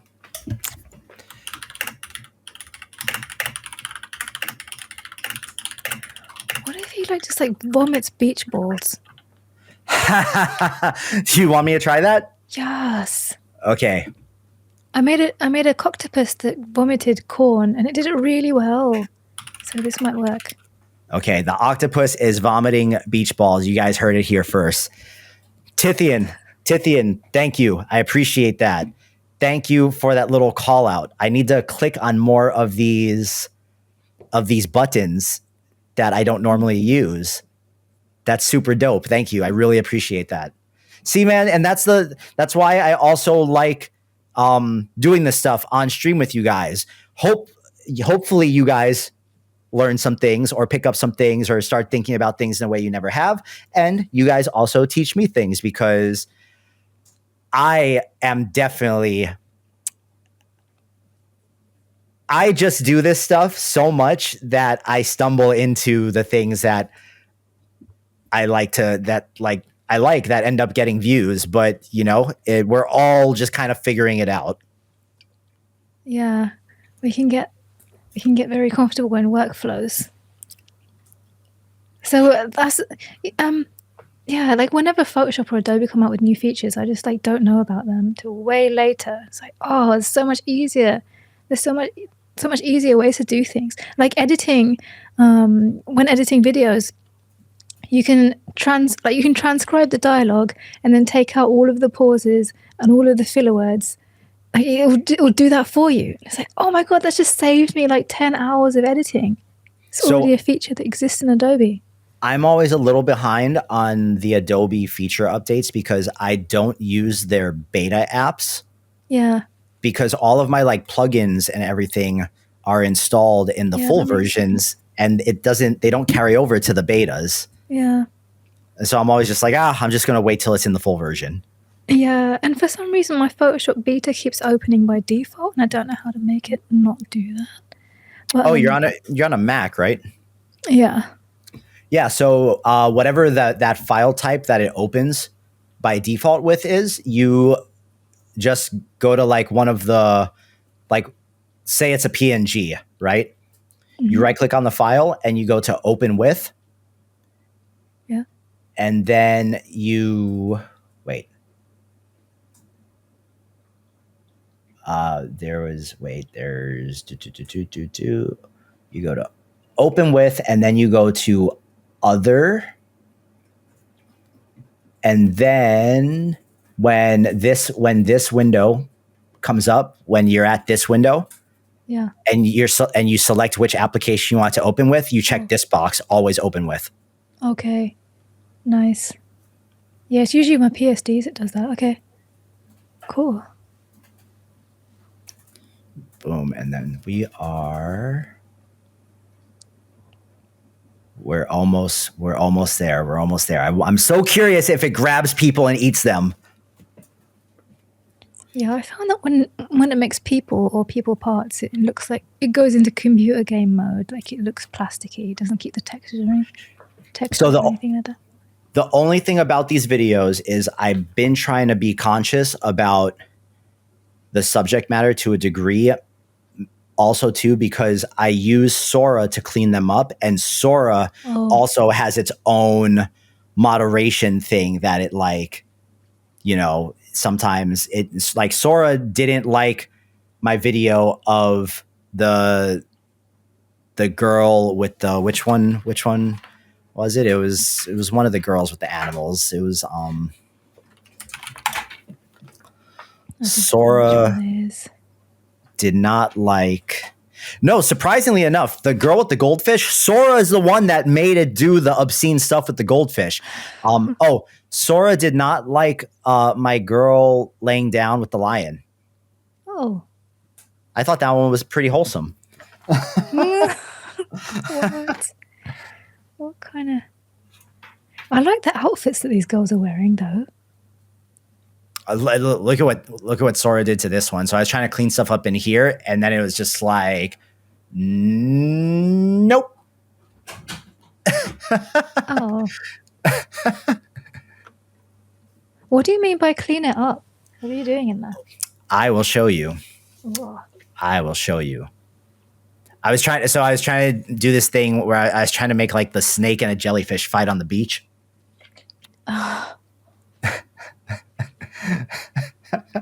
Who will win?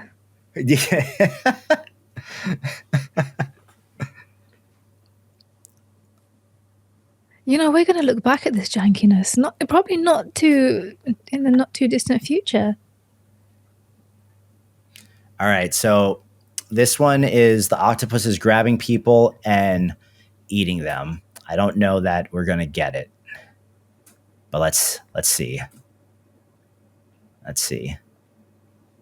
Bean is so warm. It's warm and clingy.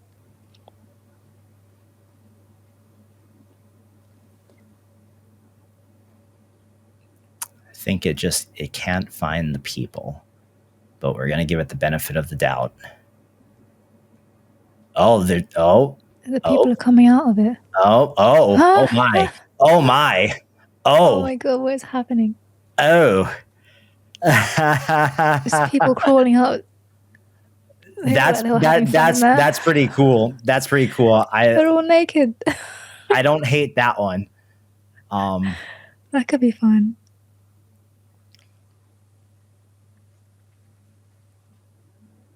No, this one was just kind of like, oh, so close. Okay. It's dancing. The rest of them are still generating, but they're all almost done.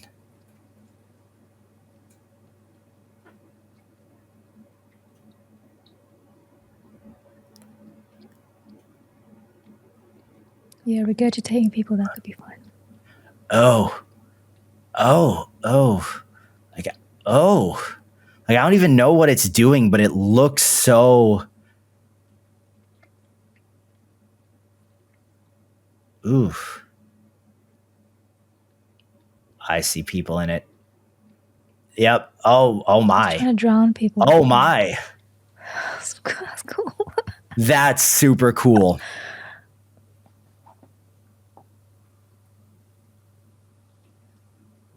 That's super cool. That I was like some that. sound effects, some screams and stuff.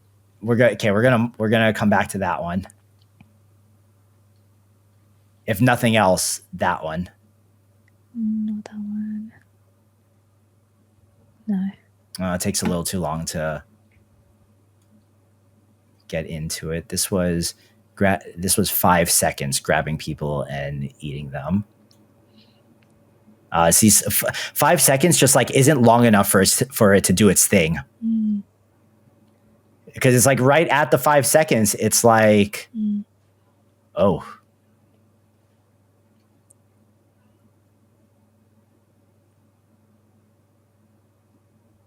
I do really like how the tentacles are coming up. Yeah. This is the grabbing people and tossing them. Let's see if we got anything.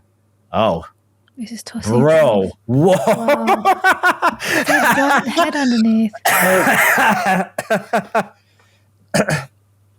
It's cool. And it's just tossing itself.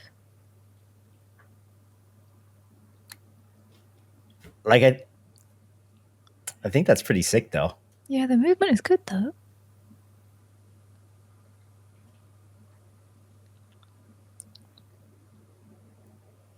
Okay, this one, grabbing people and eating them. I think this one, I think these we might have seen already. Just make sure. Okay, yeah, this was the... Okay, so this was the one we said that we will come back to. Or no, there was a better one. There's a better one.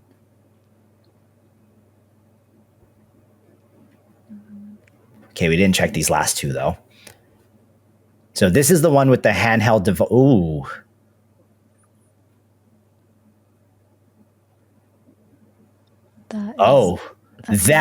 That is cool.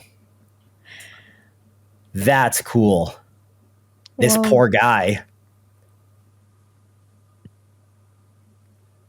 That one's cool. Your audience. Oh no, that's fine. That's fine. It's fine.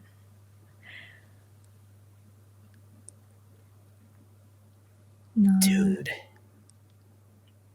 Aren't these crazy guys? Like slightly disturbing, therefore cool. Yes. Ooh.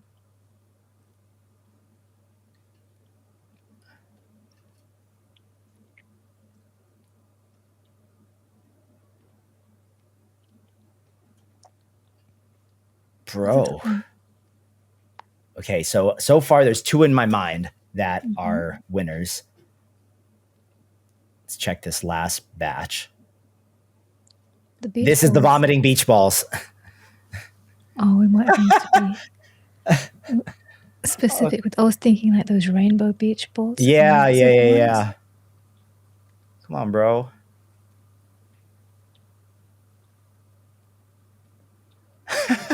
That's kind of, I think that could work because your audience kind of enjoy the playful fun element over the gore, don't they? Oh my God. Oh my God. Come out of his eyes. That was some sound effects. Where's it coming from, though? It's coming from his eyes, isn't it? I don't even think it matters where it's coming from, right? It's like, where did the octopus come from? Oh, I think about that kind of thing. Okay, so do we want to explore? Do we want to explore the beach ball more? Yeah. Or do we want to turn? Since obviously we can make him vomit something, do we want it to be something else? Like giant human heads. Do you think it'll do that? Do you think Kling will do that? Should we try? Should we try? Let's try.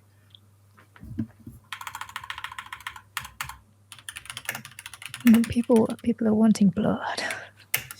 You guys are animals. You guys are animals, bro. Human heads filmed on an iPhone handheld footage. We're just going to try to get that nice little subtle camera shake in there. Don't worry, guys. I will spend my credits for you. This is for you. Yes, Engelstein, precisely. Are you not entertained? Are you not entertained? Iritaku said that you started it. I wonder if these lives get people to unfollow me. What did you put? I can't read what your prompt is. What does it say? My prompt says the octopus is vomiting giant human heads, filmed on an iPhone handheld footage. Okay.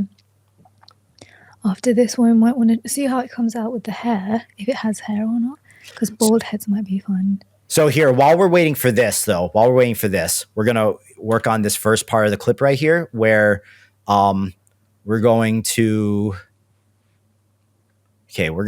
this. So this whole clip right here is 9 seconds. We're going to speed up the beginning part. Actually, no, let's nest this whole thing. We're going to nest the clip in Premiere, which makes two clips one. It like compartmentalizes them all in like the same container. It's the same thing as pre-comping in After Effects. And what we're going to do is we're going to use the hotkey R for the rate stretch tool, which essentially just lets you drag the speed back and forth. And I'm going to drag the speed down to 5 seconds. And let's see how that feels.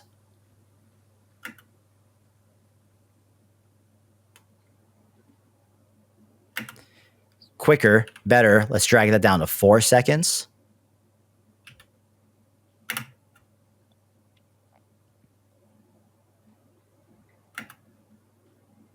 Does that feel too fast? I think that's good because the octopus comes in right at 2 seconds, but maybe we can even get that just a little bit. Boom. We need to get the hook in the first 3 seconds.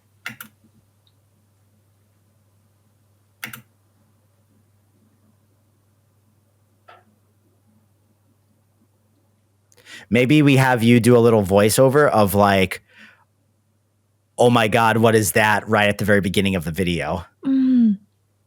Okay. Get the Lola Viscera audio hook.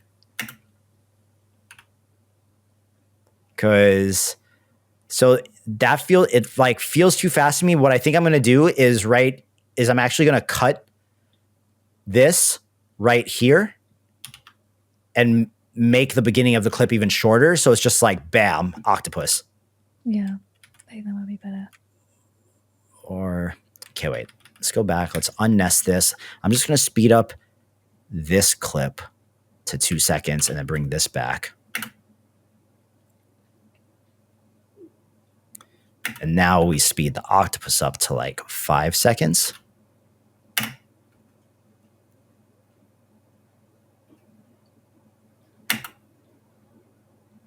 So let's just go get all this stuff down here so it'll repeat. Let me put the color on it to see how I feel about it. Okay, that beginning part can be even quicker.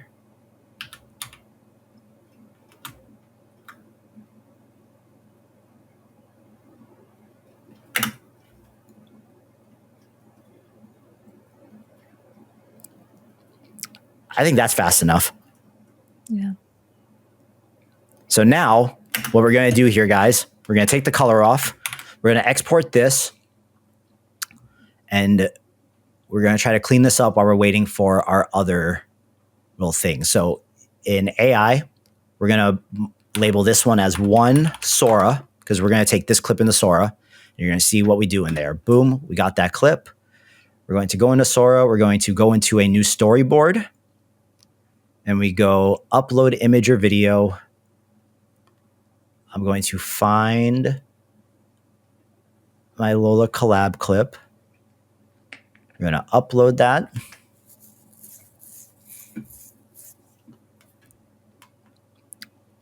This video is just under 5 seconds, so this should actually be perfect.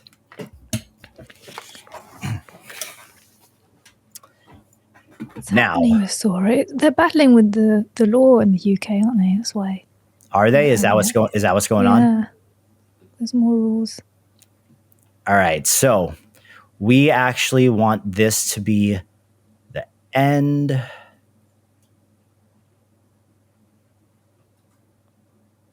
Boom. Okay. So we're going to make this 1080. We want that to be the end of the clip.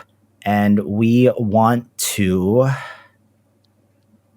Nope. Stay at the end. Stay at the end, bro.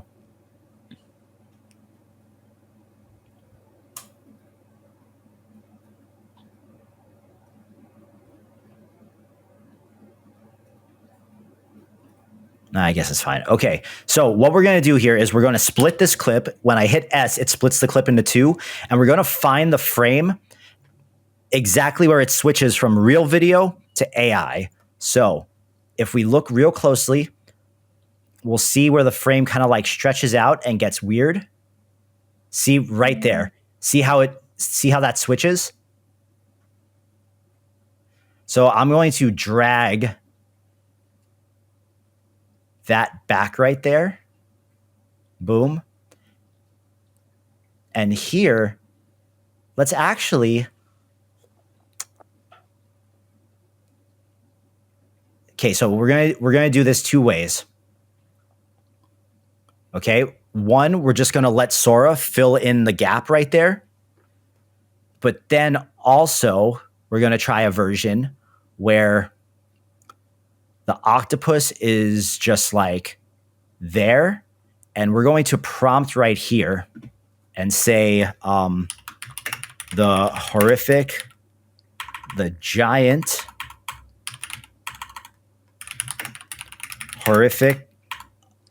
octopus emerges from the ocean. And I totally spelled emerges wrong. Thank you, spell check. And then we hit this little expand caption button. So we'll let ChatGPT rewrite our thing. Wow. And we're going to take this prompt and per some, some things that we learned from Matt on our last Civitai creator session, we're going to add another prompt here and we're going to copy that prompt and then we'll do one more here and boom. And then we'll just try that and see what it does. Because now we have the beginning of our video, we have the end of our video, which has the octopus in the frame, and in the middle, we have this prompt saying that the octopus is emerging out of the ocean. So let's just see what it does. So let's see if this one cleaned up those frames where it got janky when it pops out. That is so fast. Boom. See it? See, you can't, those frames aren't there anymore. Now it's just one smooth video.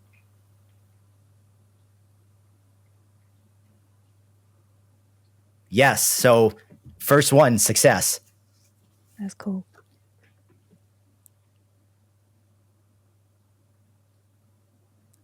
I love it. So we're definitely gonna download this one because this one will work no matter what.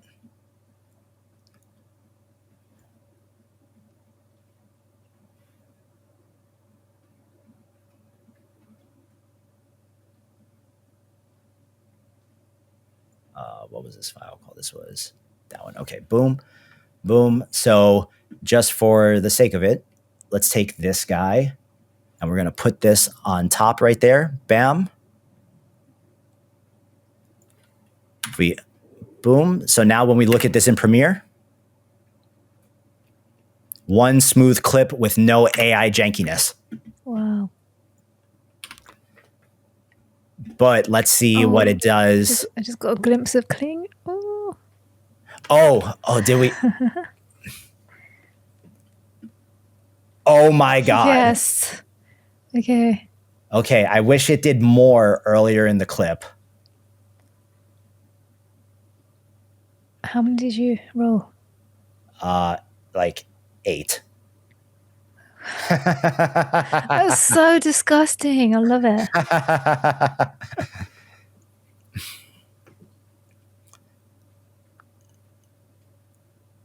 It's gonna sneeze. Yes. Oh my God, oh my bro. God, that's the one. Okay. Wow. Wait, we're gonna come. Do you guys see how excited she gets for this stuff? This is disgusting. Look at that. Yes, that's the one. Okay, and then forget beach balls. It really is like it's sneezing, huh? Oh. Whoa, they're all good. Okay, wait. Let's check this one. Let's check these 4. Oh no, this one was the beach balls. Okay. Okay, no. So yeah, we only ran these. Do you think a winner is in here? Beach bombs. Okay, well, Sora broke that one, so we're not going to do that. Yeah, no. We're going to stick with what we already got out of it. So, okay, there was one that was a clear winner here. Let's find it. The sneezing one, right? No. Was it that one? No, it wasn't that one. No, I think it was this one. I think it was the third one. It's like,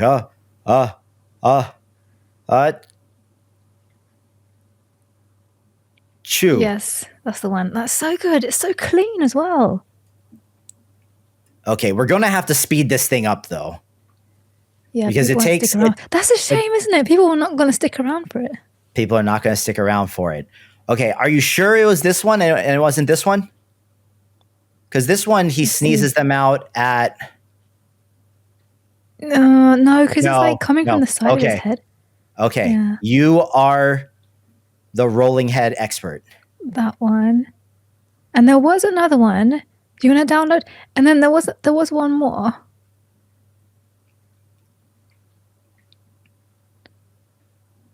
Oh, no. It's just farting, that one. Okay, no, never mind. Yeah, definitely the sneezing one. Okay. Let's... Oh my God, I want to start doing it quicker.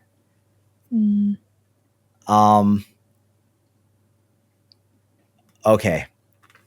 Let's take it back in here. Boom. Let's cut this clip down to where it originally ended. Let's bring the giant vomiting one. Boom. Now, what we have to do, we're going to pull this down to like 10 seconds.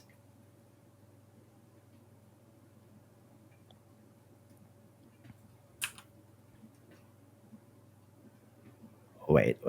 I think...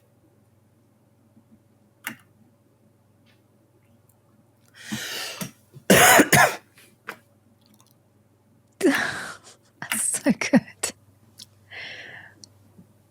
I love that the heads, they're not quite human heads. They're like mangled. Oh, all right, so here's what we're going to do, okay? We are going to take this. We're going to make our in point right here and start it there. We're going to make our out point right here. No, it has to be this frame. It has to be this frame. We're going I to think the mark sound that. effects will help bring this one together for Boom. sure. We are going to export only this section. We don't want to put the rolling people heads into Sora. Oh. Because that will definitely get my account taken away. So we're going to skip that part. Tithian, this is Adobe Premiere Pro. That is what's going on there. We're doing all this in Adobe Premiere Pro.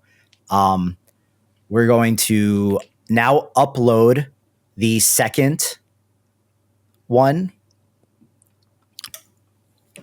We're uploading that section of the video because now we want to fix and clean up the in between of the transition where the octopus comes in and where it turns into vomiting human heads. So, was this more than 5 seconds? It was. So it was right there.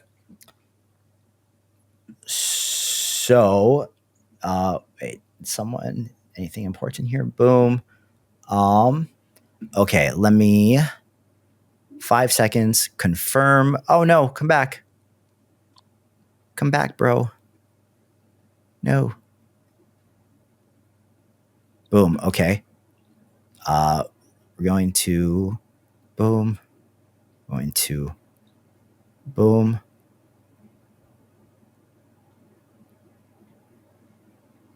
No, I need to do this as 10 seconds and we just gotta figure it out. So bam. Okay. Maybe this could be like, okay, where's the switch? The switch is right here. So I need to actually, so we'll say that's the start of the clip. The switch is right.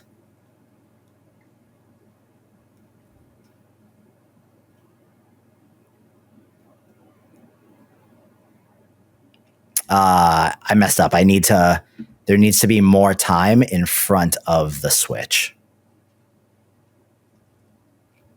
So we'll do it like right here. Boom, we'll mark this one. No, but I want the octopus in the frame.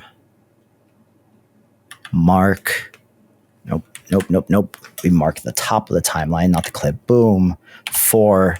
We export this guy. We call this one 3 Sora. Boom. And then we come back into Sora. We clear all this. Discard. We go new storyboard. Okay. So, sorry, I know I moved through that little bit of boring stuff real quickly. I needed more time in the front of the clip and in the back of the clip to properly do this, because before, with the clip that I had just uploaded, the part where the frame switched was too close to the beginning, so there wouldn't have been enough context for Sora to do its thing. So, for now, we're going to erase you, and we need to find the switch. The switch is right there. So we grab this half of the clip. We're going to take it back. Okay, that's it right there. So we'll do that.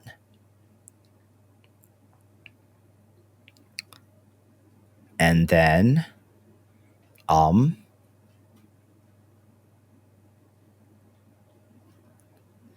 just like, we'll give it a little bit of room to play here because we can always speed this up some more. But so we'll let that run. And there's going to be a little bit of like finagling, and I'm going to have to line this stuff up. If I bring this,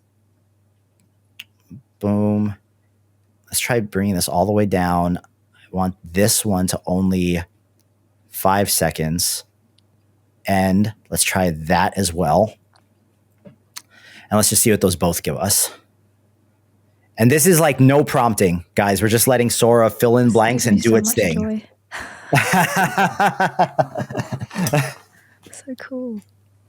Sorry, I get into the little bit of like the flow zone when I'm just like trying to move through this stuff. But yeah, this is So Lola, I think what I'm gonna do is after we finish this, when we end the stream, I'm then going to pass the clip to you, and then I'll let you handle the sound. Yeah. Okay, cool. Sounds good. Yes. I'm really getting. I never thought I'd get into sound. I'm really getting into it. I'm spending like hours on a reel. No, it really makes the entire video. Like it really Do does. you find that when you're making, like when you look at a video, can you hear it as well? Yes. I mean, 'Cause I've you been have a dance background. You're quite audio as well, like audio. yeah. I mean, audio and like music. Like for most of the stuff I make, I try to let the music be the guiding force. So I like I'll usually think of a song or a vibe first, and then build the visual off of that. Yeah, that's how I take inspiration from my longer videos on YouTube. I'll get a soundtrack and I'm like, oh, I see all these things, and I'll work from the music. Oh no, bro. Okay, that one didn't work. So let's see the longer one here. The 5 seconds, it just didn't have enough like context of what to do there. So we're gonna see what it does here.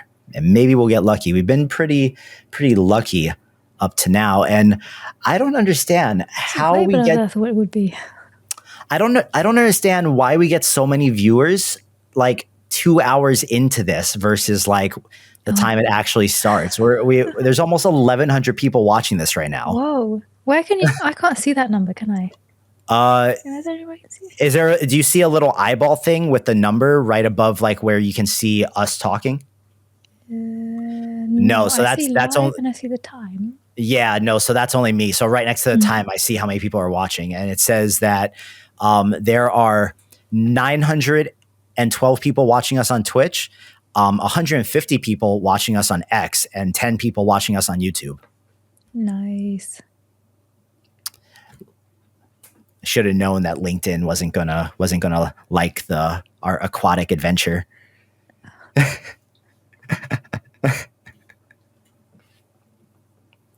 All right, let's see here. Come on, Sora. I don't know what's on my LinkedIn profile.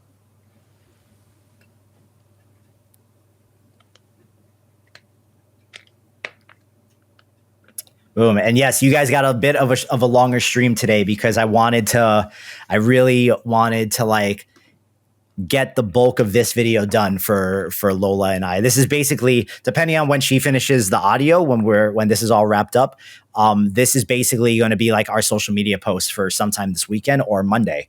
Ooh, and look at that. Look at that. There is no more jank. We can now take this one back into Premiere. Cool. And let's see how it all comes together.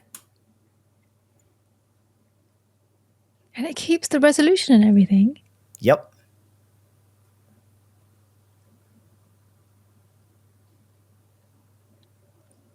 Clear the in and out marker. Let me make all of this bigger real quick. So let's see, right? Okay, so I'm going to need to figure out where this, boom. Okay, so there's like it generated extra frames, right? So I need to figure out where it lines up, like where I cut it. So what we're going to do is, we take this top clip, we turn the transparency on.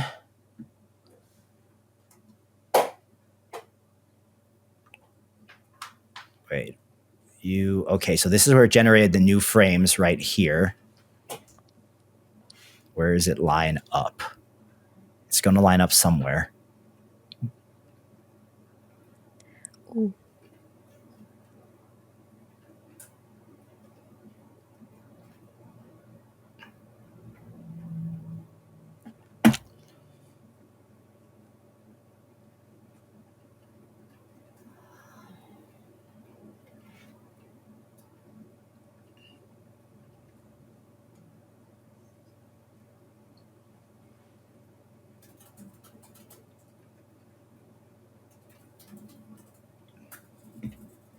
Oh, wait. Nope. It's all 30 frames per second. Let me, boom. Yeah, this is,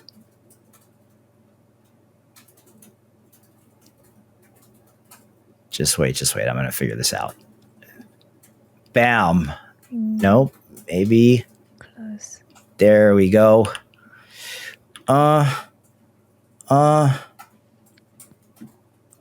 Is that? No.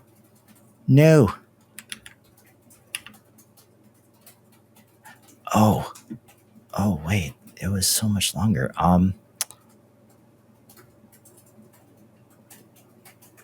Okay, because that goes smoothly.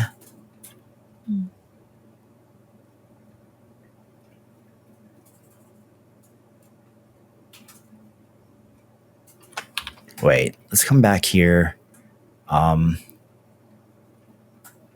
Recut. No, edit story.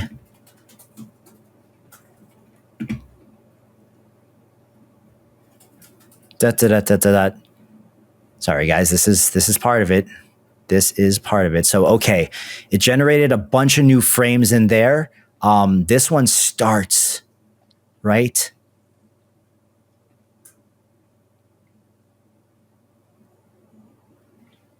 So about 4 seconds into it. 3. So it should be right about 7. Oh, no. Wrong way. Boom.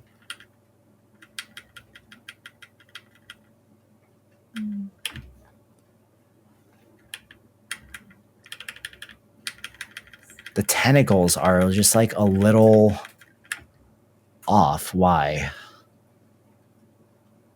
It should be the exact same frame.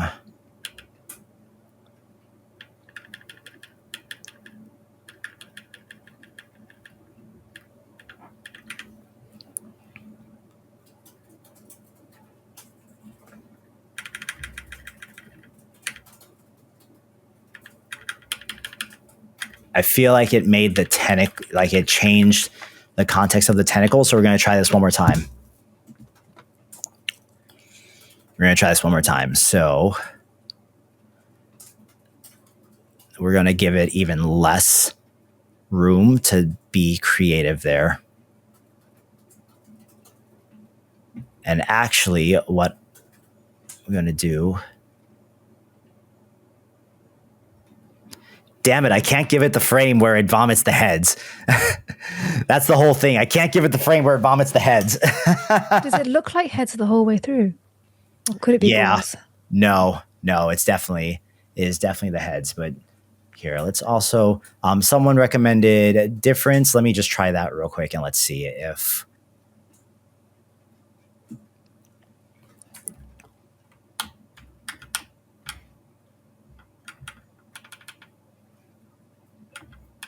Oh.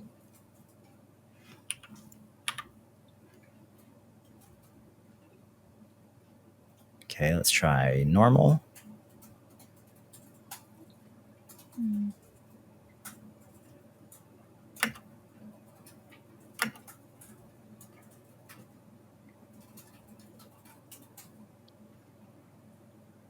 No, it's not. Boom.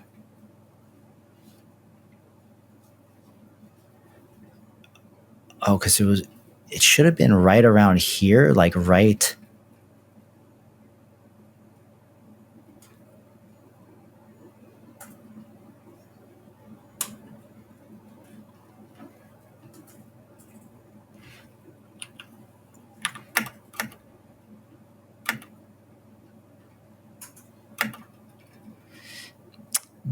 Damn. It's okay. These small things happen. You see what I'm looking for, though, right? Like, you see what I'm trying to do? What are you trying to do? So, where this marker is, to right here, like this frame, I'm trying to fix this in-between frame right here. for some reason, I'm not finding the frame where it is matching up with what's underneath it. Mm-hmm. And there should be a very clear frame where it matches up with the one beneath it. Like the parts of the video where I left it in shouldn't have changed. Yeah.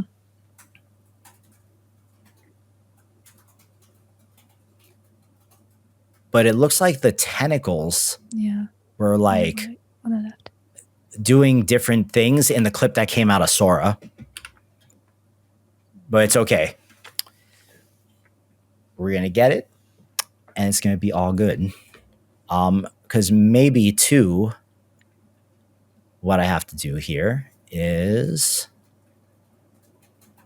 No. This is wait and see. Sorry, this is the not so fun part of all this is the waiting. It's like the waiting and the going back and forth and doing the revisions.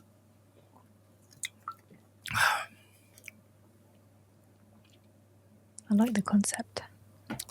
We're so close. We're so close to this being done. I just need that to be gone because it needs to be a certain quality level, and these little like obsessive things that I sit here and will like, because while it may not look like a big deal to the person watching it on their phone, they might not even register that little frame switch in their head. But I promise you, there's going to be a feeling in them that the video is that like something was jarring about the video, aside from it being a giant octopus strolling in onto the beach. Yeah. So, okay, let's try this one. You know, those milliseconds, though, are what separate viral reels from others. Yep, exactly. So, okay, let's change this to difference. And let's find...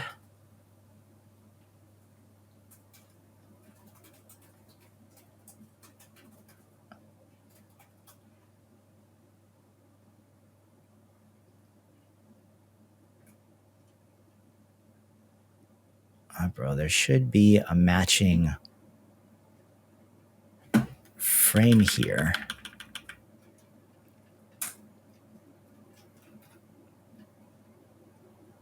Like they're...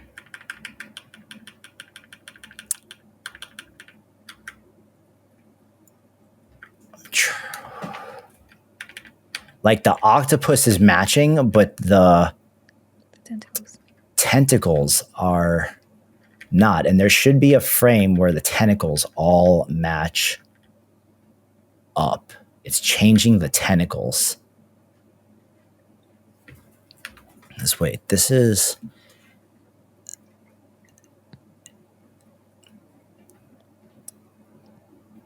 It should be like right where it's about to sneeze is where it starts rocking just before.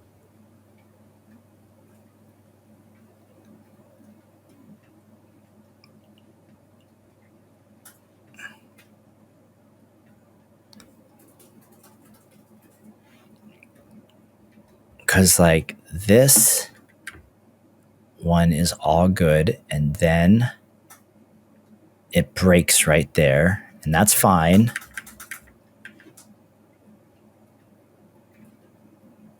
Oh, wait. Oh, I know what. Okay. Nope. This is just yeah, no worries. I think I got it.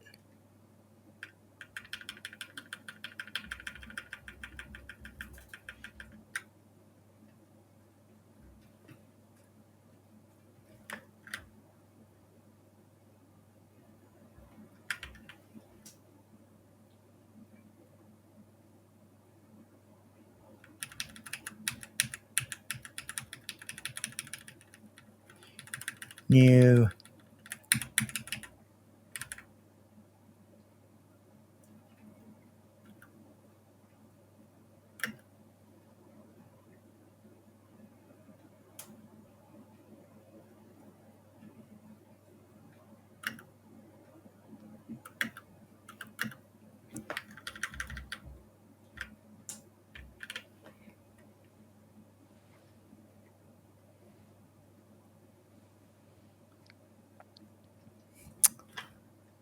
What's your thought process?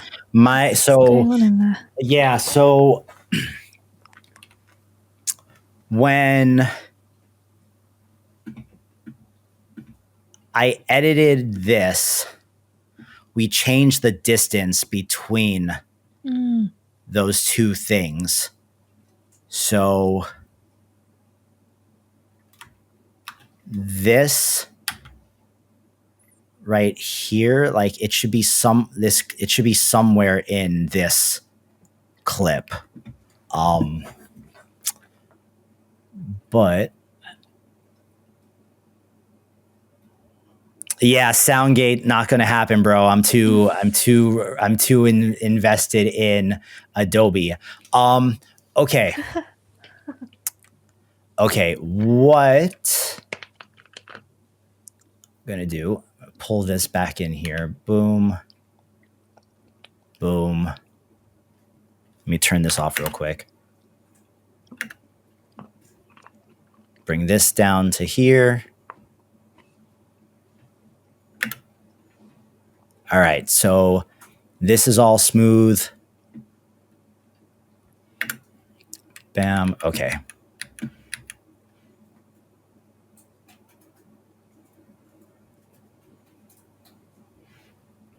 Bam. Bam.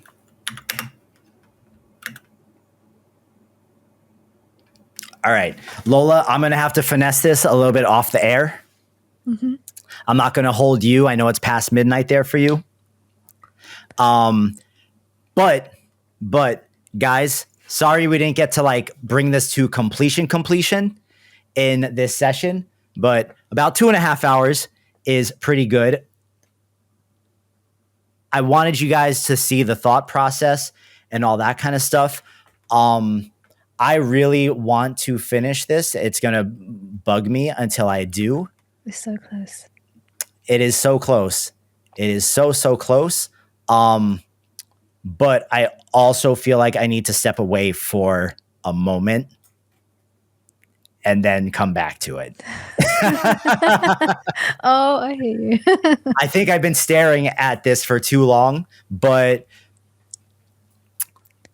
Lola, thank you so much. Thank you.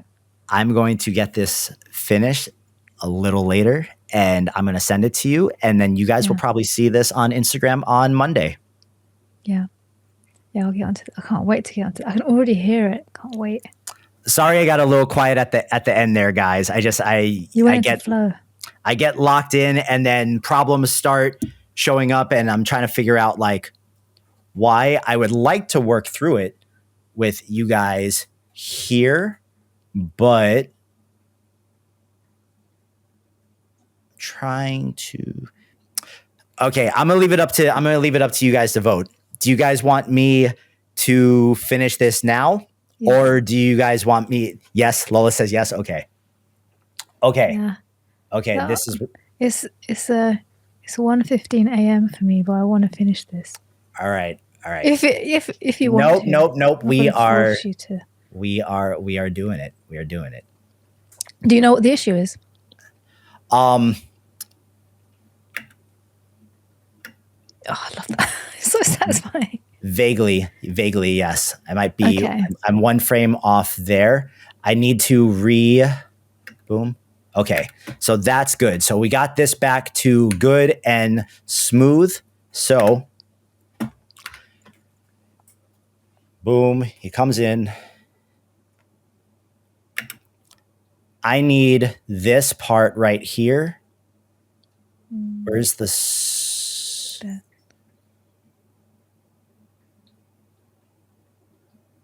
Okay, that's the switch. So we need to restrict this down to 5 seconds. Yeah. 5 seconds. So we're going to go from, I'm going to erase all these markers because they're going to start to confuse me. We no longer need this marker. So is there a way to label these markers? Yeah, you can right click and you can label them. But okay, so we're going to do this right at, we're going to do this right at 4. And then we're going to cut it right at 9. because that is exactly 5 seconds. Boom. Anime and fairy art workflows is not what I do. Not while I'm here. Maybe another day. 4. What did they want? Any way to show us the full vid? Just got here. We're doing it. Come on. Boom.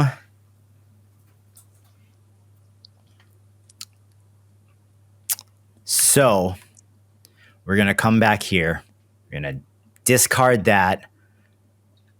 Nope. Don't want you. Storyboard. 5 seconds is all we want.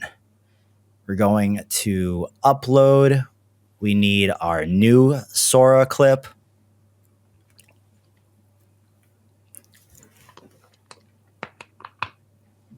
We're going to change. Okay, this is 1080. The switch here happens right there. Okay, so that's about a second into it. So we're going to split this clip. It is on YouTube.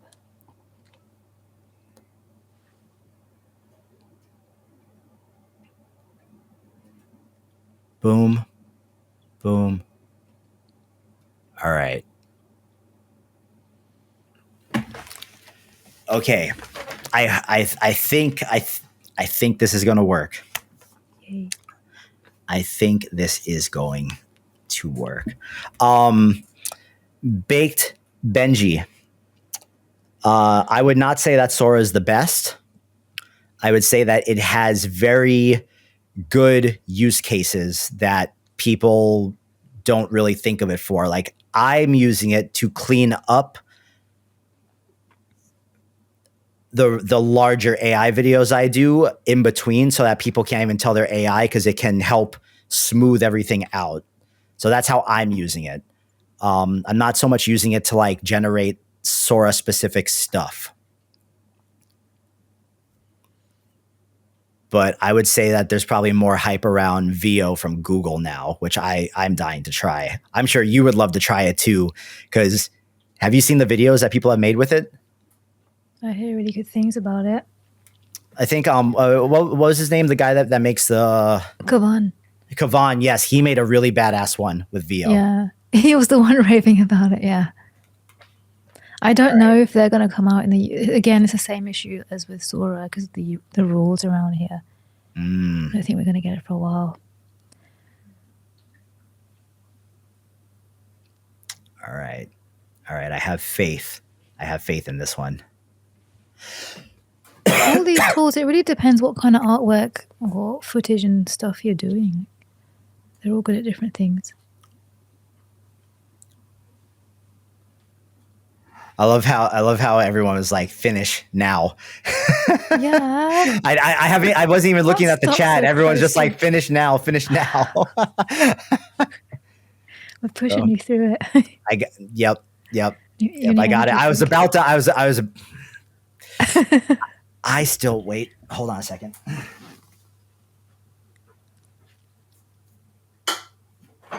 Where are you, Chrono Knight? What country? All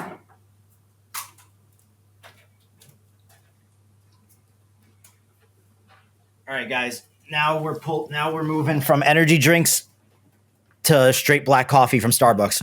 Cough syrup. This is a. All right. Oh, So Germany. Yeah, this thing is totally smooth now. I have complete faith that this is going to line up at somewhere. I have total faith it's going to. Boom. Let's bring this in here real quick. We started it right there. So let's clear the markers and make sure that frame. Okay, so that frame is smooth. So it lines up right at the beginning.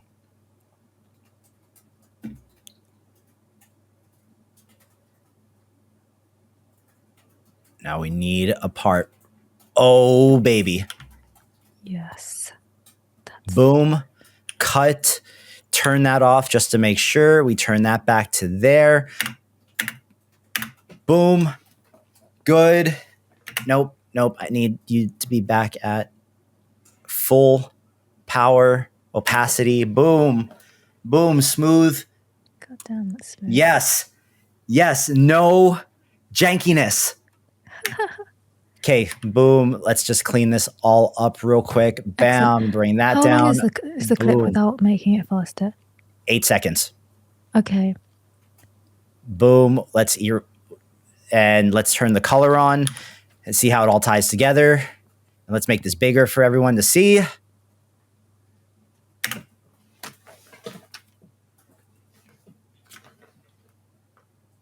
Oh, wait. Did something jump somewhere? I'm hoping it's just a playback. I think it's just the playback. Yeah. Yeah.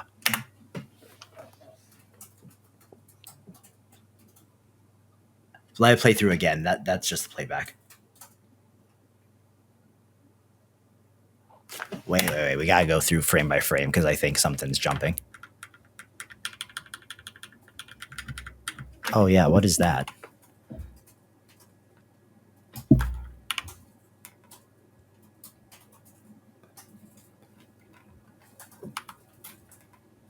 Okay, pull these out. I think this one is like 1 frame to... No, that one's good. Maybe this is 1 frame. Boom.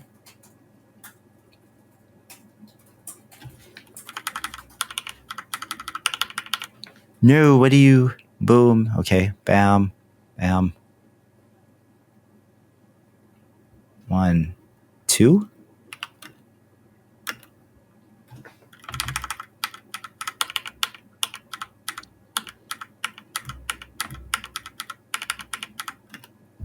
Is that right, or is that still jumping? I can't even tell. Jumping, yeah. Yeah. Maybe I'm just like 1 frame off here or something.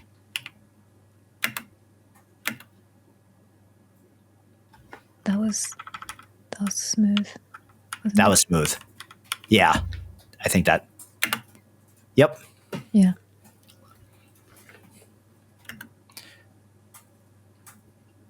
Okay, there's like a little bit of this weird thing on the side here, but we're literally just going to crop it in and get rid of that.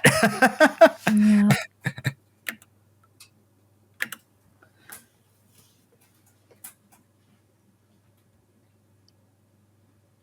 Oh, baby. Oh, there's a little bit of a jump there. Why? No, it was perfect before. It was perfect before. Why did that do that? Oh, Bean's waking up and choosing violence. Oh no, Beans. He wakes up and immediately bites things. Because that transition's good. Say hi. Go and run around, boy.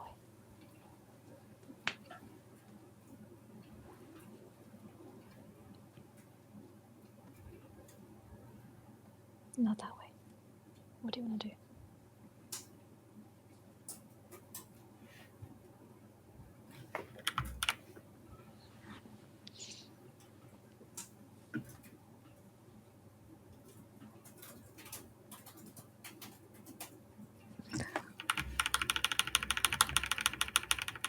Yeah, he's a sphinx. No hair.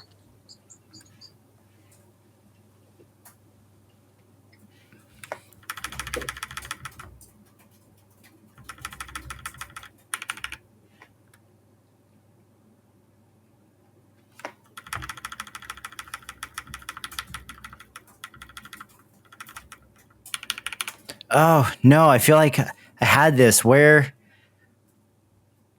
I hope you're saving.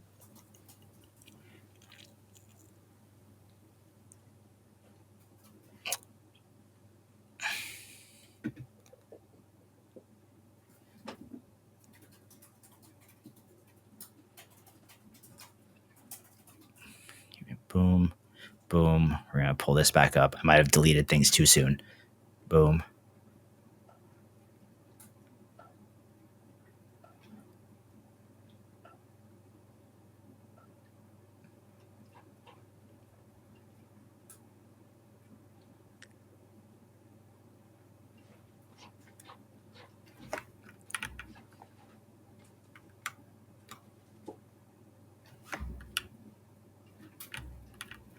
Oh shit.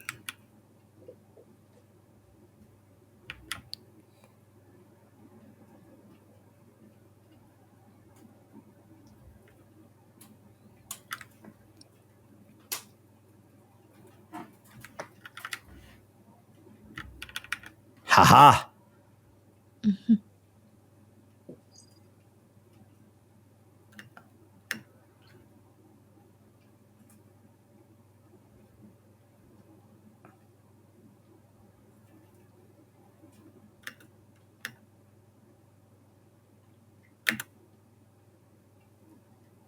There we go.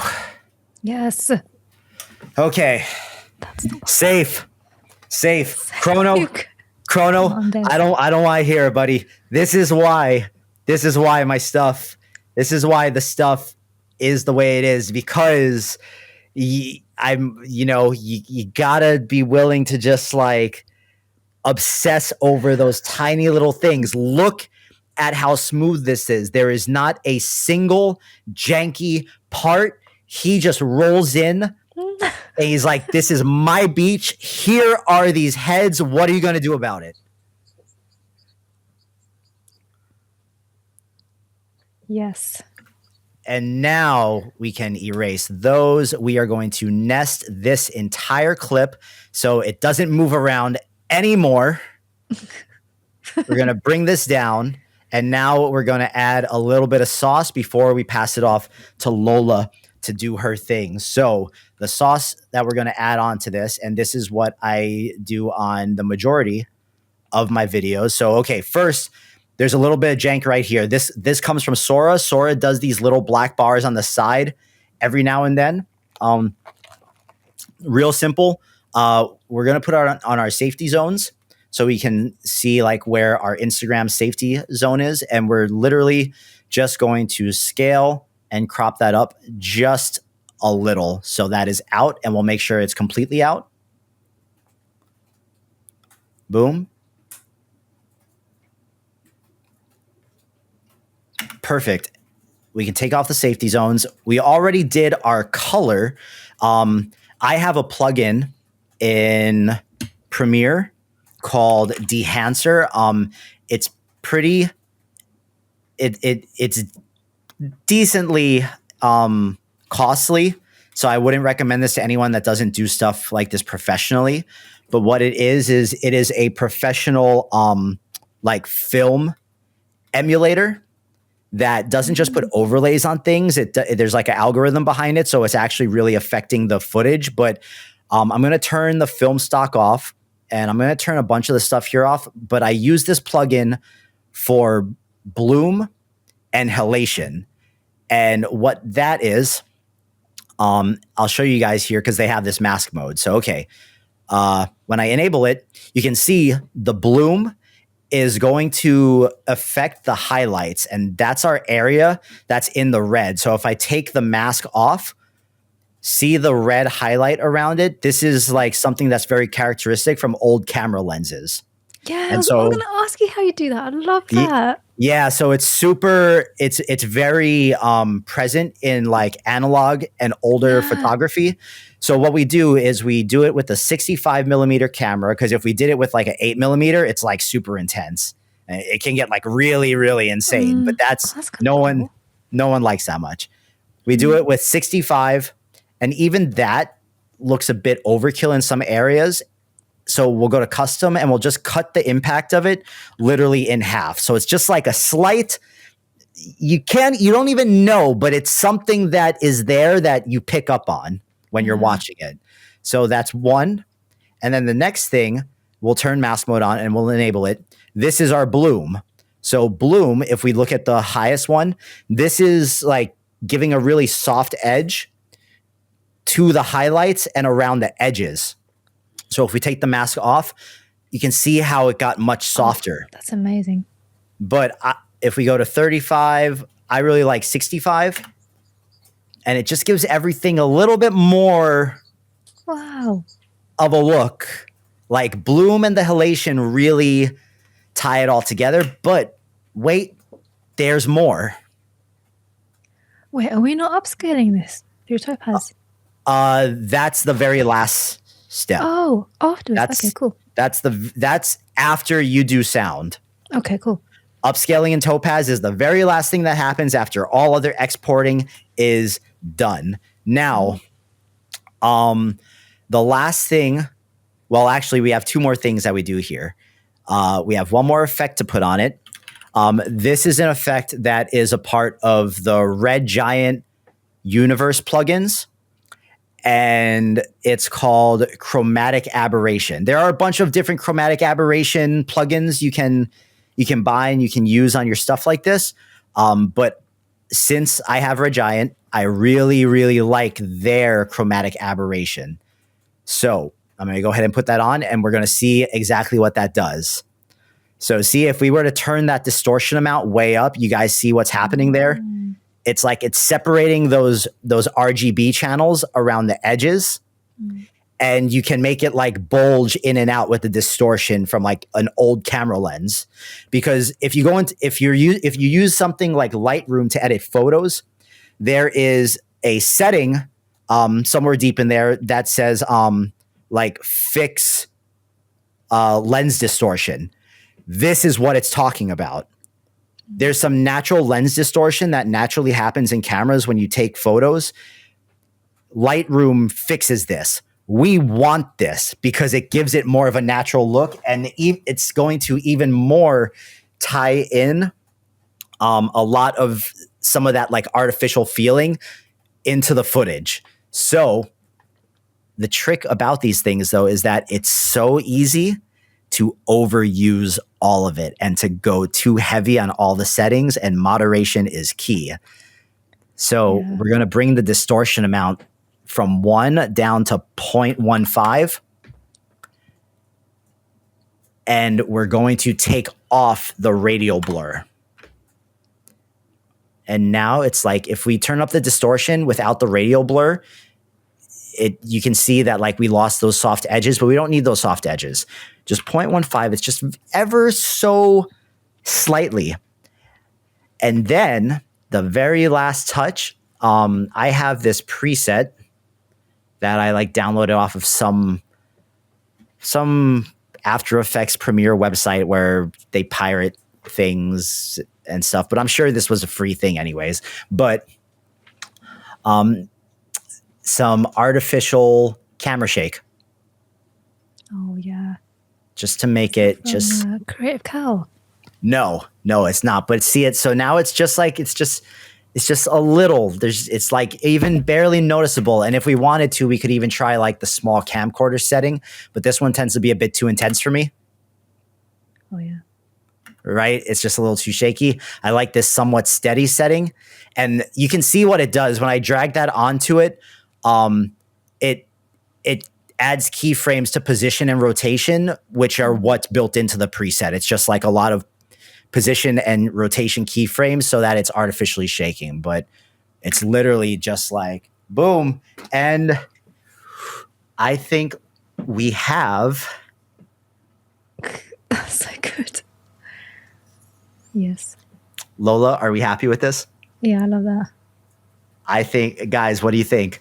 What do you think? This has been a 2 hour and 40-minute video from start to finish, minus sound, but the video itself, this took us 2 hours and 40 minutes to make. I'm pretty stoked on this. Yeah. Like my original idea was for the octopus to like come out and the tentacles to grab onto the wall. But again, this goes into that thing that I kind of like echo through all of these, is that AI is not just a tool. It is our new collaborator. We bring our original idea to the table. We tell the AI what we're thinking.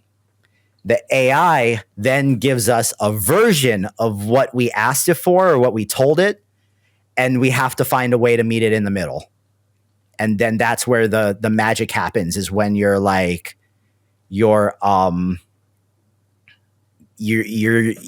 that little tug of war and you're trying to get as close to your original idea as possible while compromising in some areas with what it is giving you. And like nowhere in my brain was I thinking about a giant octopus appearing on Waikiki Beach and then throwing up giant human heads. But here we are, you know. Yeah, this is nothing like what I thought. When I was making the creatures, I thought it would be like this epic creature floating through the sky. There's nothing like this. But I think this matches both of our audiences. really well. I It's think just so. on the edge, like it's not a horror. Is it? I don't think this counts as horror really, because it's not really human heads. It's like Yeah, no, they're like playful, like inflatable. Yeah, it's playful. Yeah, It's funny. They're like plastic doll heads. This is really good. So this is what we're gonna do. I'm going to take off all the sound. I'm going to export this, and Lola, I'm going to send this to you as a ProRes file, and I want you to send it back to me as a ProRes file. Okay. So this one right here, I'm going to call it, and we're going to call it for Lola.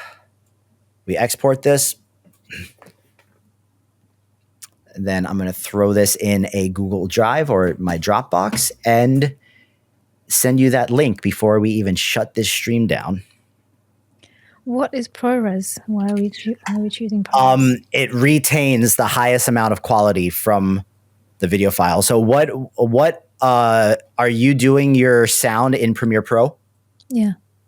Okay, so when you go to export your video, you're going to select the format as QuickTime. Okay. And then under the video dropdown, you're going to select Apple ProRes 422 HQ. Okay. JoviX, I know you want ProRes 444, but let's calm down. I'm sure we can do this through Encoder as well. Yes, you can do it through Encoder as well. It's all, the menu is all the same throughout the whole thing. Okay. But real quick, JoviX, since you are in here, for those of you that do not know, JoviX is someone that I had the pleasure of meeting when we went to the Comfy UI meetup in San Francisco last April.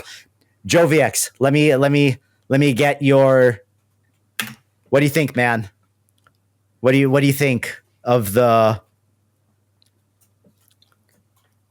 I recorded this scene on my cell phone down at Waikiki Beach when I went on my walk the other day.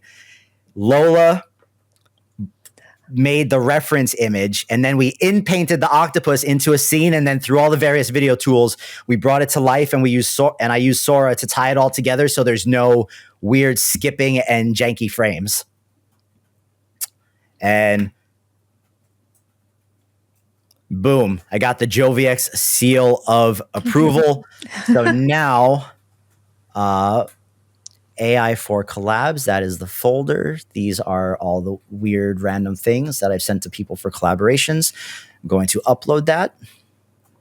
And yeah, guys, this, I think this has successfully been exactly what the title of the stream said. This was an AI VFX session that, if you have been to Hawaii or you've been to Waikiki, you will recognize that beach and that pavilion, because that is the last thing at the very end of Waikiki Beach before it actually before the beach finishes. But that is where most of the locals hang out, and that's one of the most beautiful places to watch the sunset from in Waikiki. So this felt like a very nice way to tie together what I do with what Lola does. And when I do collaborations with people, I really like to try to have it be exactly that, a collaboration as much as possible, and not just like they send me something, I do all this work, or I send them something and they do all this crazy stuff. Like, I want this. We went back and forth on this. Not only did she generate the octopus, if it was up to me, the octopus would have just been flailing its tentacles around in the water. But thanks to Lola, we have these giant human heads rolling on the beach of Waikiki. It was actually someone in the audience that suggested the heads. I said beach balls. Oh, it was. It could have been the beach balls. So one more time, before I shut down the screen share here. Let's go beginning to end, and let's actually do the full recap here. So, our original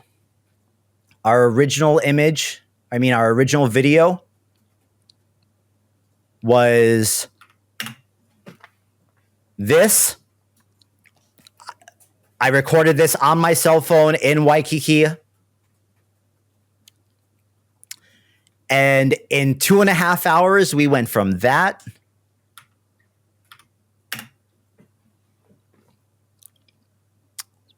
to that. And this, my friend, is what you are not going to see on one of these YouTube AI influencers that are showing you all the secrets. They're not going to show you this type of stuff because I promise you, most of them don't dive this deep into it. So I've with learned that so being much said, today. I am really, really proud of this. I'm happy that I didn't throw in the towel when I was going to. Yeah, it's a marathon. I was totally gonna go outside, take a couple deep breaths, get some fresh air, and then come back and whatever. But this was like that feels very, very legit, and people are gonna see this, and it's not. The thing about this that's cool for me coming from VFX is that this is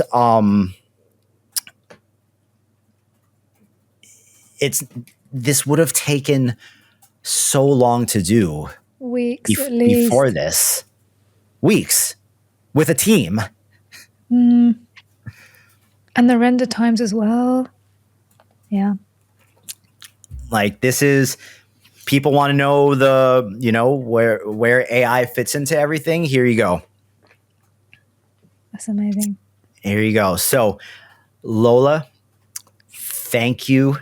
It is always a pleasure having you on here. I'm sure the chat can confirm that it is always a pleasure having you on here, and it breaks up the wonderful monotony of them listening to me every week. Oh, thank you for having me. It's always a pleasure.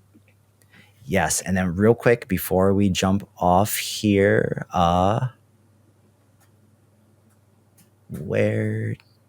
copy link. I'm going to send this to you. And I want you to just click on it real quick and make sure that you can download it before we get off. So I just sent you the Dropbox link in Discord. So take a look at that. Mm-hmm. Yeah, guys, I really hope you guys enjoyed this. That was a lot of fun. It's a little bit of a different type of pressure, I gotta say, doing that on stream than when I'm just like here and I'm geeking out by myself and things are going wrong, but I'm like, I have time to massage it and there's no pressure. But like when I know there's 1,100 people watching this right now, and when 1,100 people are watching you edit and there's something happening and you can't quite figure out why it's not working, it starts to like it. I'm not gonna lie. For a minute there, I actually started to feel embarrassed that like it wasn't immediately clear to me why it wasn't working. So it's like it's different when you're editing in front of people like this. I think what you do is amazing because you held it together. Like the community is always supportive, and I think you're always so good at getting on the mic and getting in front of the camera, and doing hard things like this is practice. Like you're only going to get better at it the more you do it. So I'm glad you stuck with it. And it's not just the end result, right? This is what I was saying on one of my videos is the collaboration, that's the part that's fun about it. The process is what's fun about it. The result is a result of that fun that you had while making the thing. I'm super proud of this video, and I'm sure whatever you do to the sound, like full creative freedom, do whatever you want, whether it's like a little bit of like you talking or saying something. So like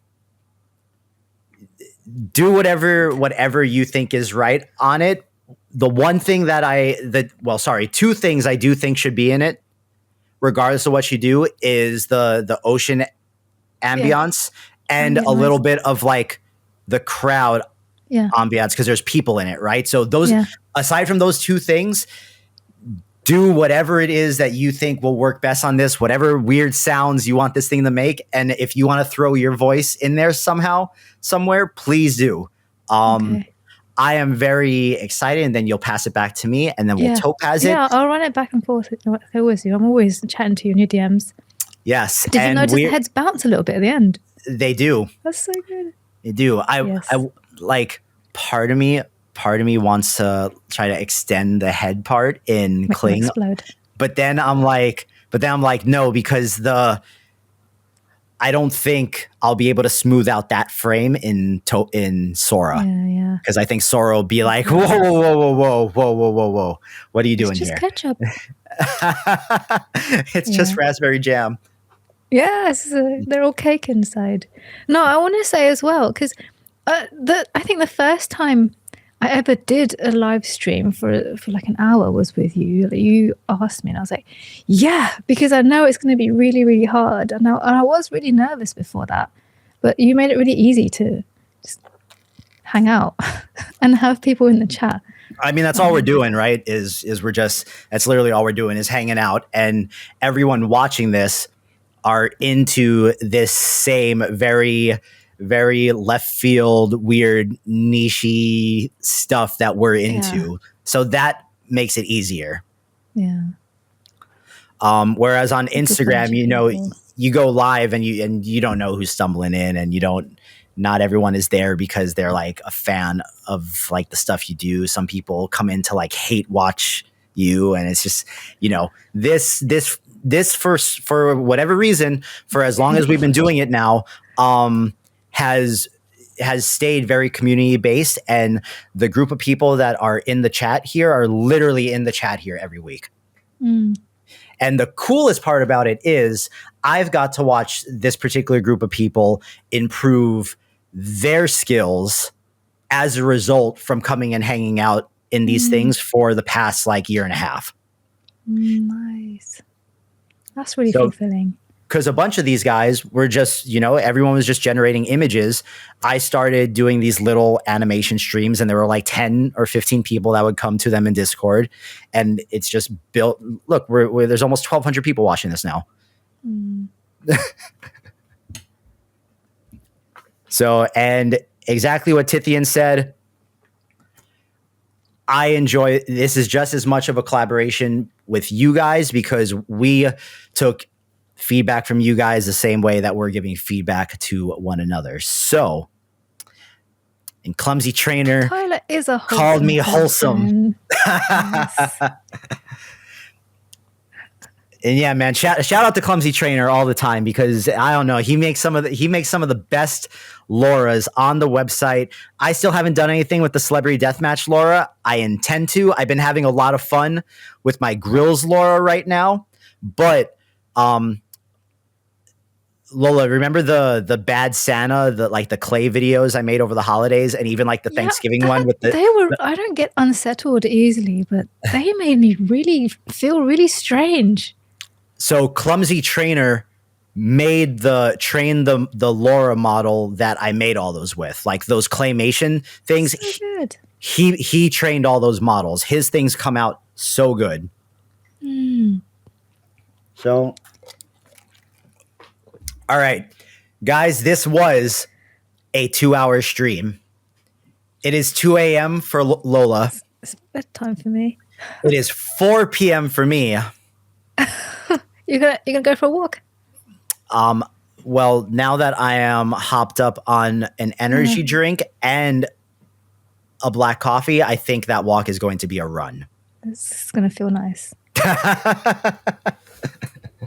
If that walk is not a run, then I don't think I'm going to be able to sleep tonight. But all right, Lola, any last words you would like to say to the wonderful community that we have here? Thank you for coming and for hanging out with us, and for your suggestions and your jokes and your questions, and just being there. And it's nice to hear that you guys are improving in what you're doing as well, and you're getting value from this. That's rewarding. Keep going. Keep going. We keep it moving. Yeah, no, guys, I was really excited for today's stream. I was looking forward to it. This was like the perfect way to close out my work week. This ends my Friday, and what a great time that was. What do I got for you guys next week? What do we got? What do we got? Let me tell you guys what we got next week before we go anywhere. Next week. Okay. Next Friday. This one is long overdue. I don't even think Lola knows who this person is.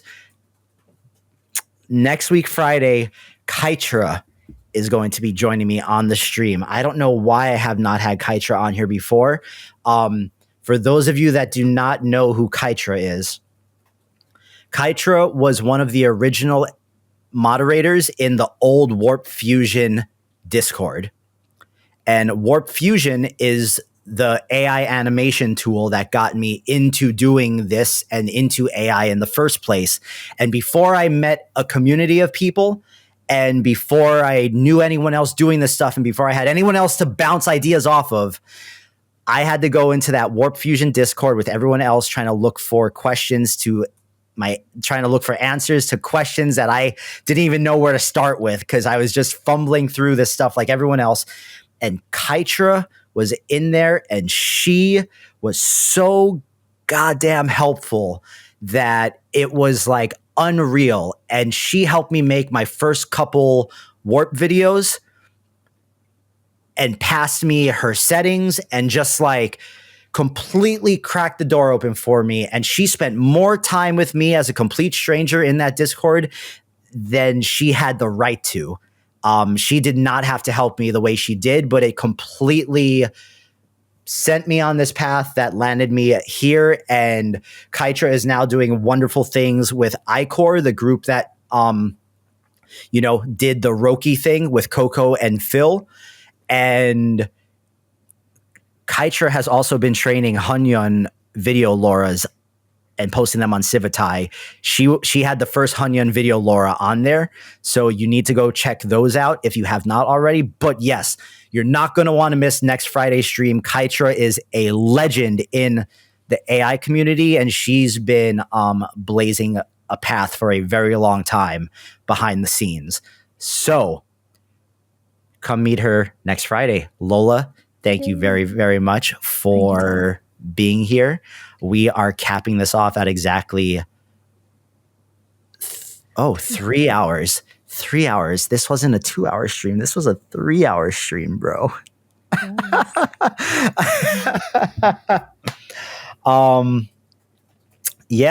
I guess that's how I'm closing it off. I'm wired. I'm tired. I gotta go for a run. Lola, send me the video after you do the sound. If you want to bounce it. Oh yeah, of course I'm going to off of me. You know where to find me. Guys, have a wonderful weekend. Finish up your Project Odyssey videos. Make them good. Focus on the sound. I promise you it's going to make a big difference. Yes. And it will carry you in areas where maybe the visuals are lacking or they get a little janky. So just 50% of it. 80%. You reckon? Okay. I reckon you can't.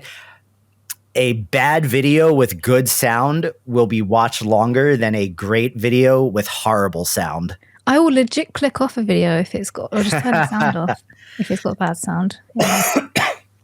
Yeah. Well, make it good. Lola, as always, appreciate you guys.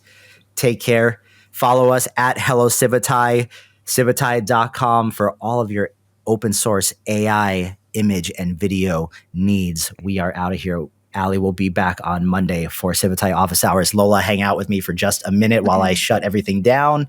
Let me get all the streams turned off. Guys, appreciate you. Peace.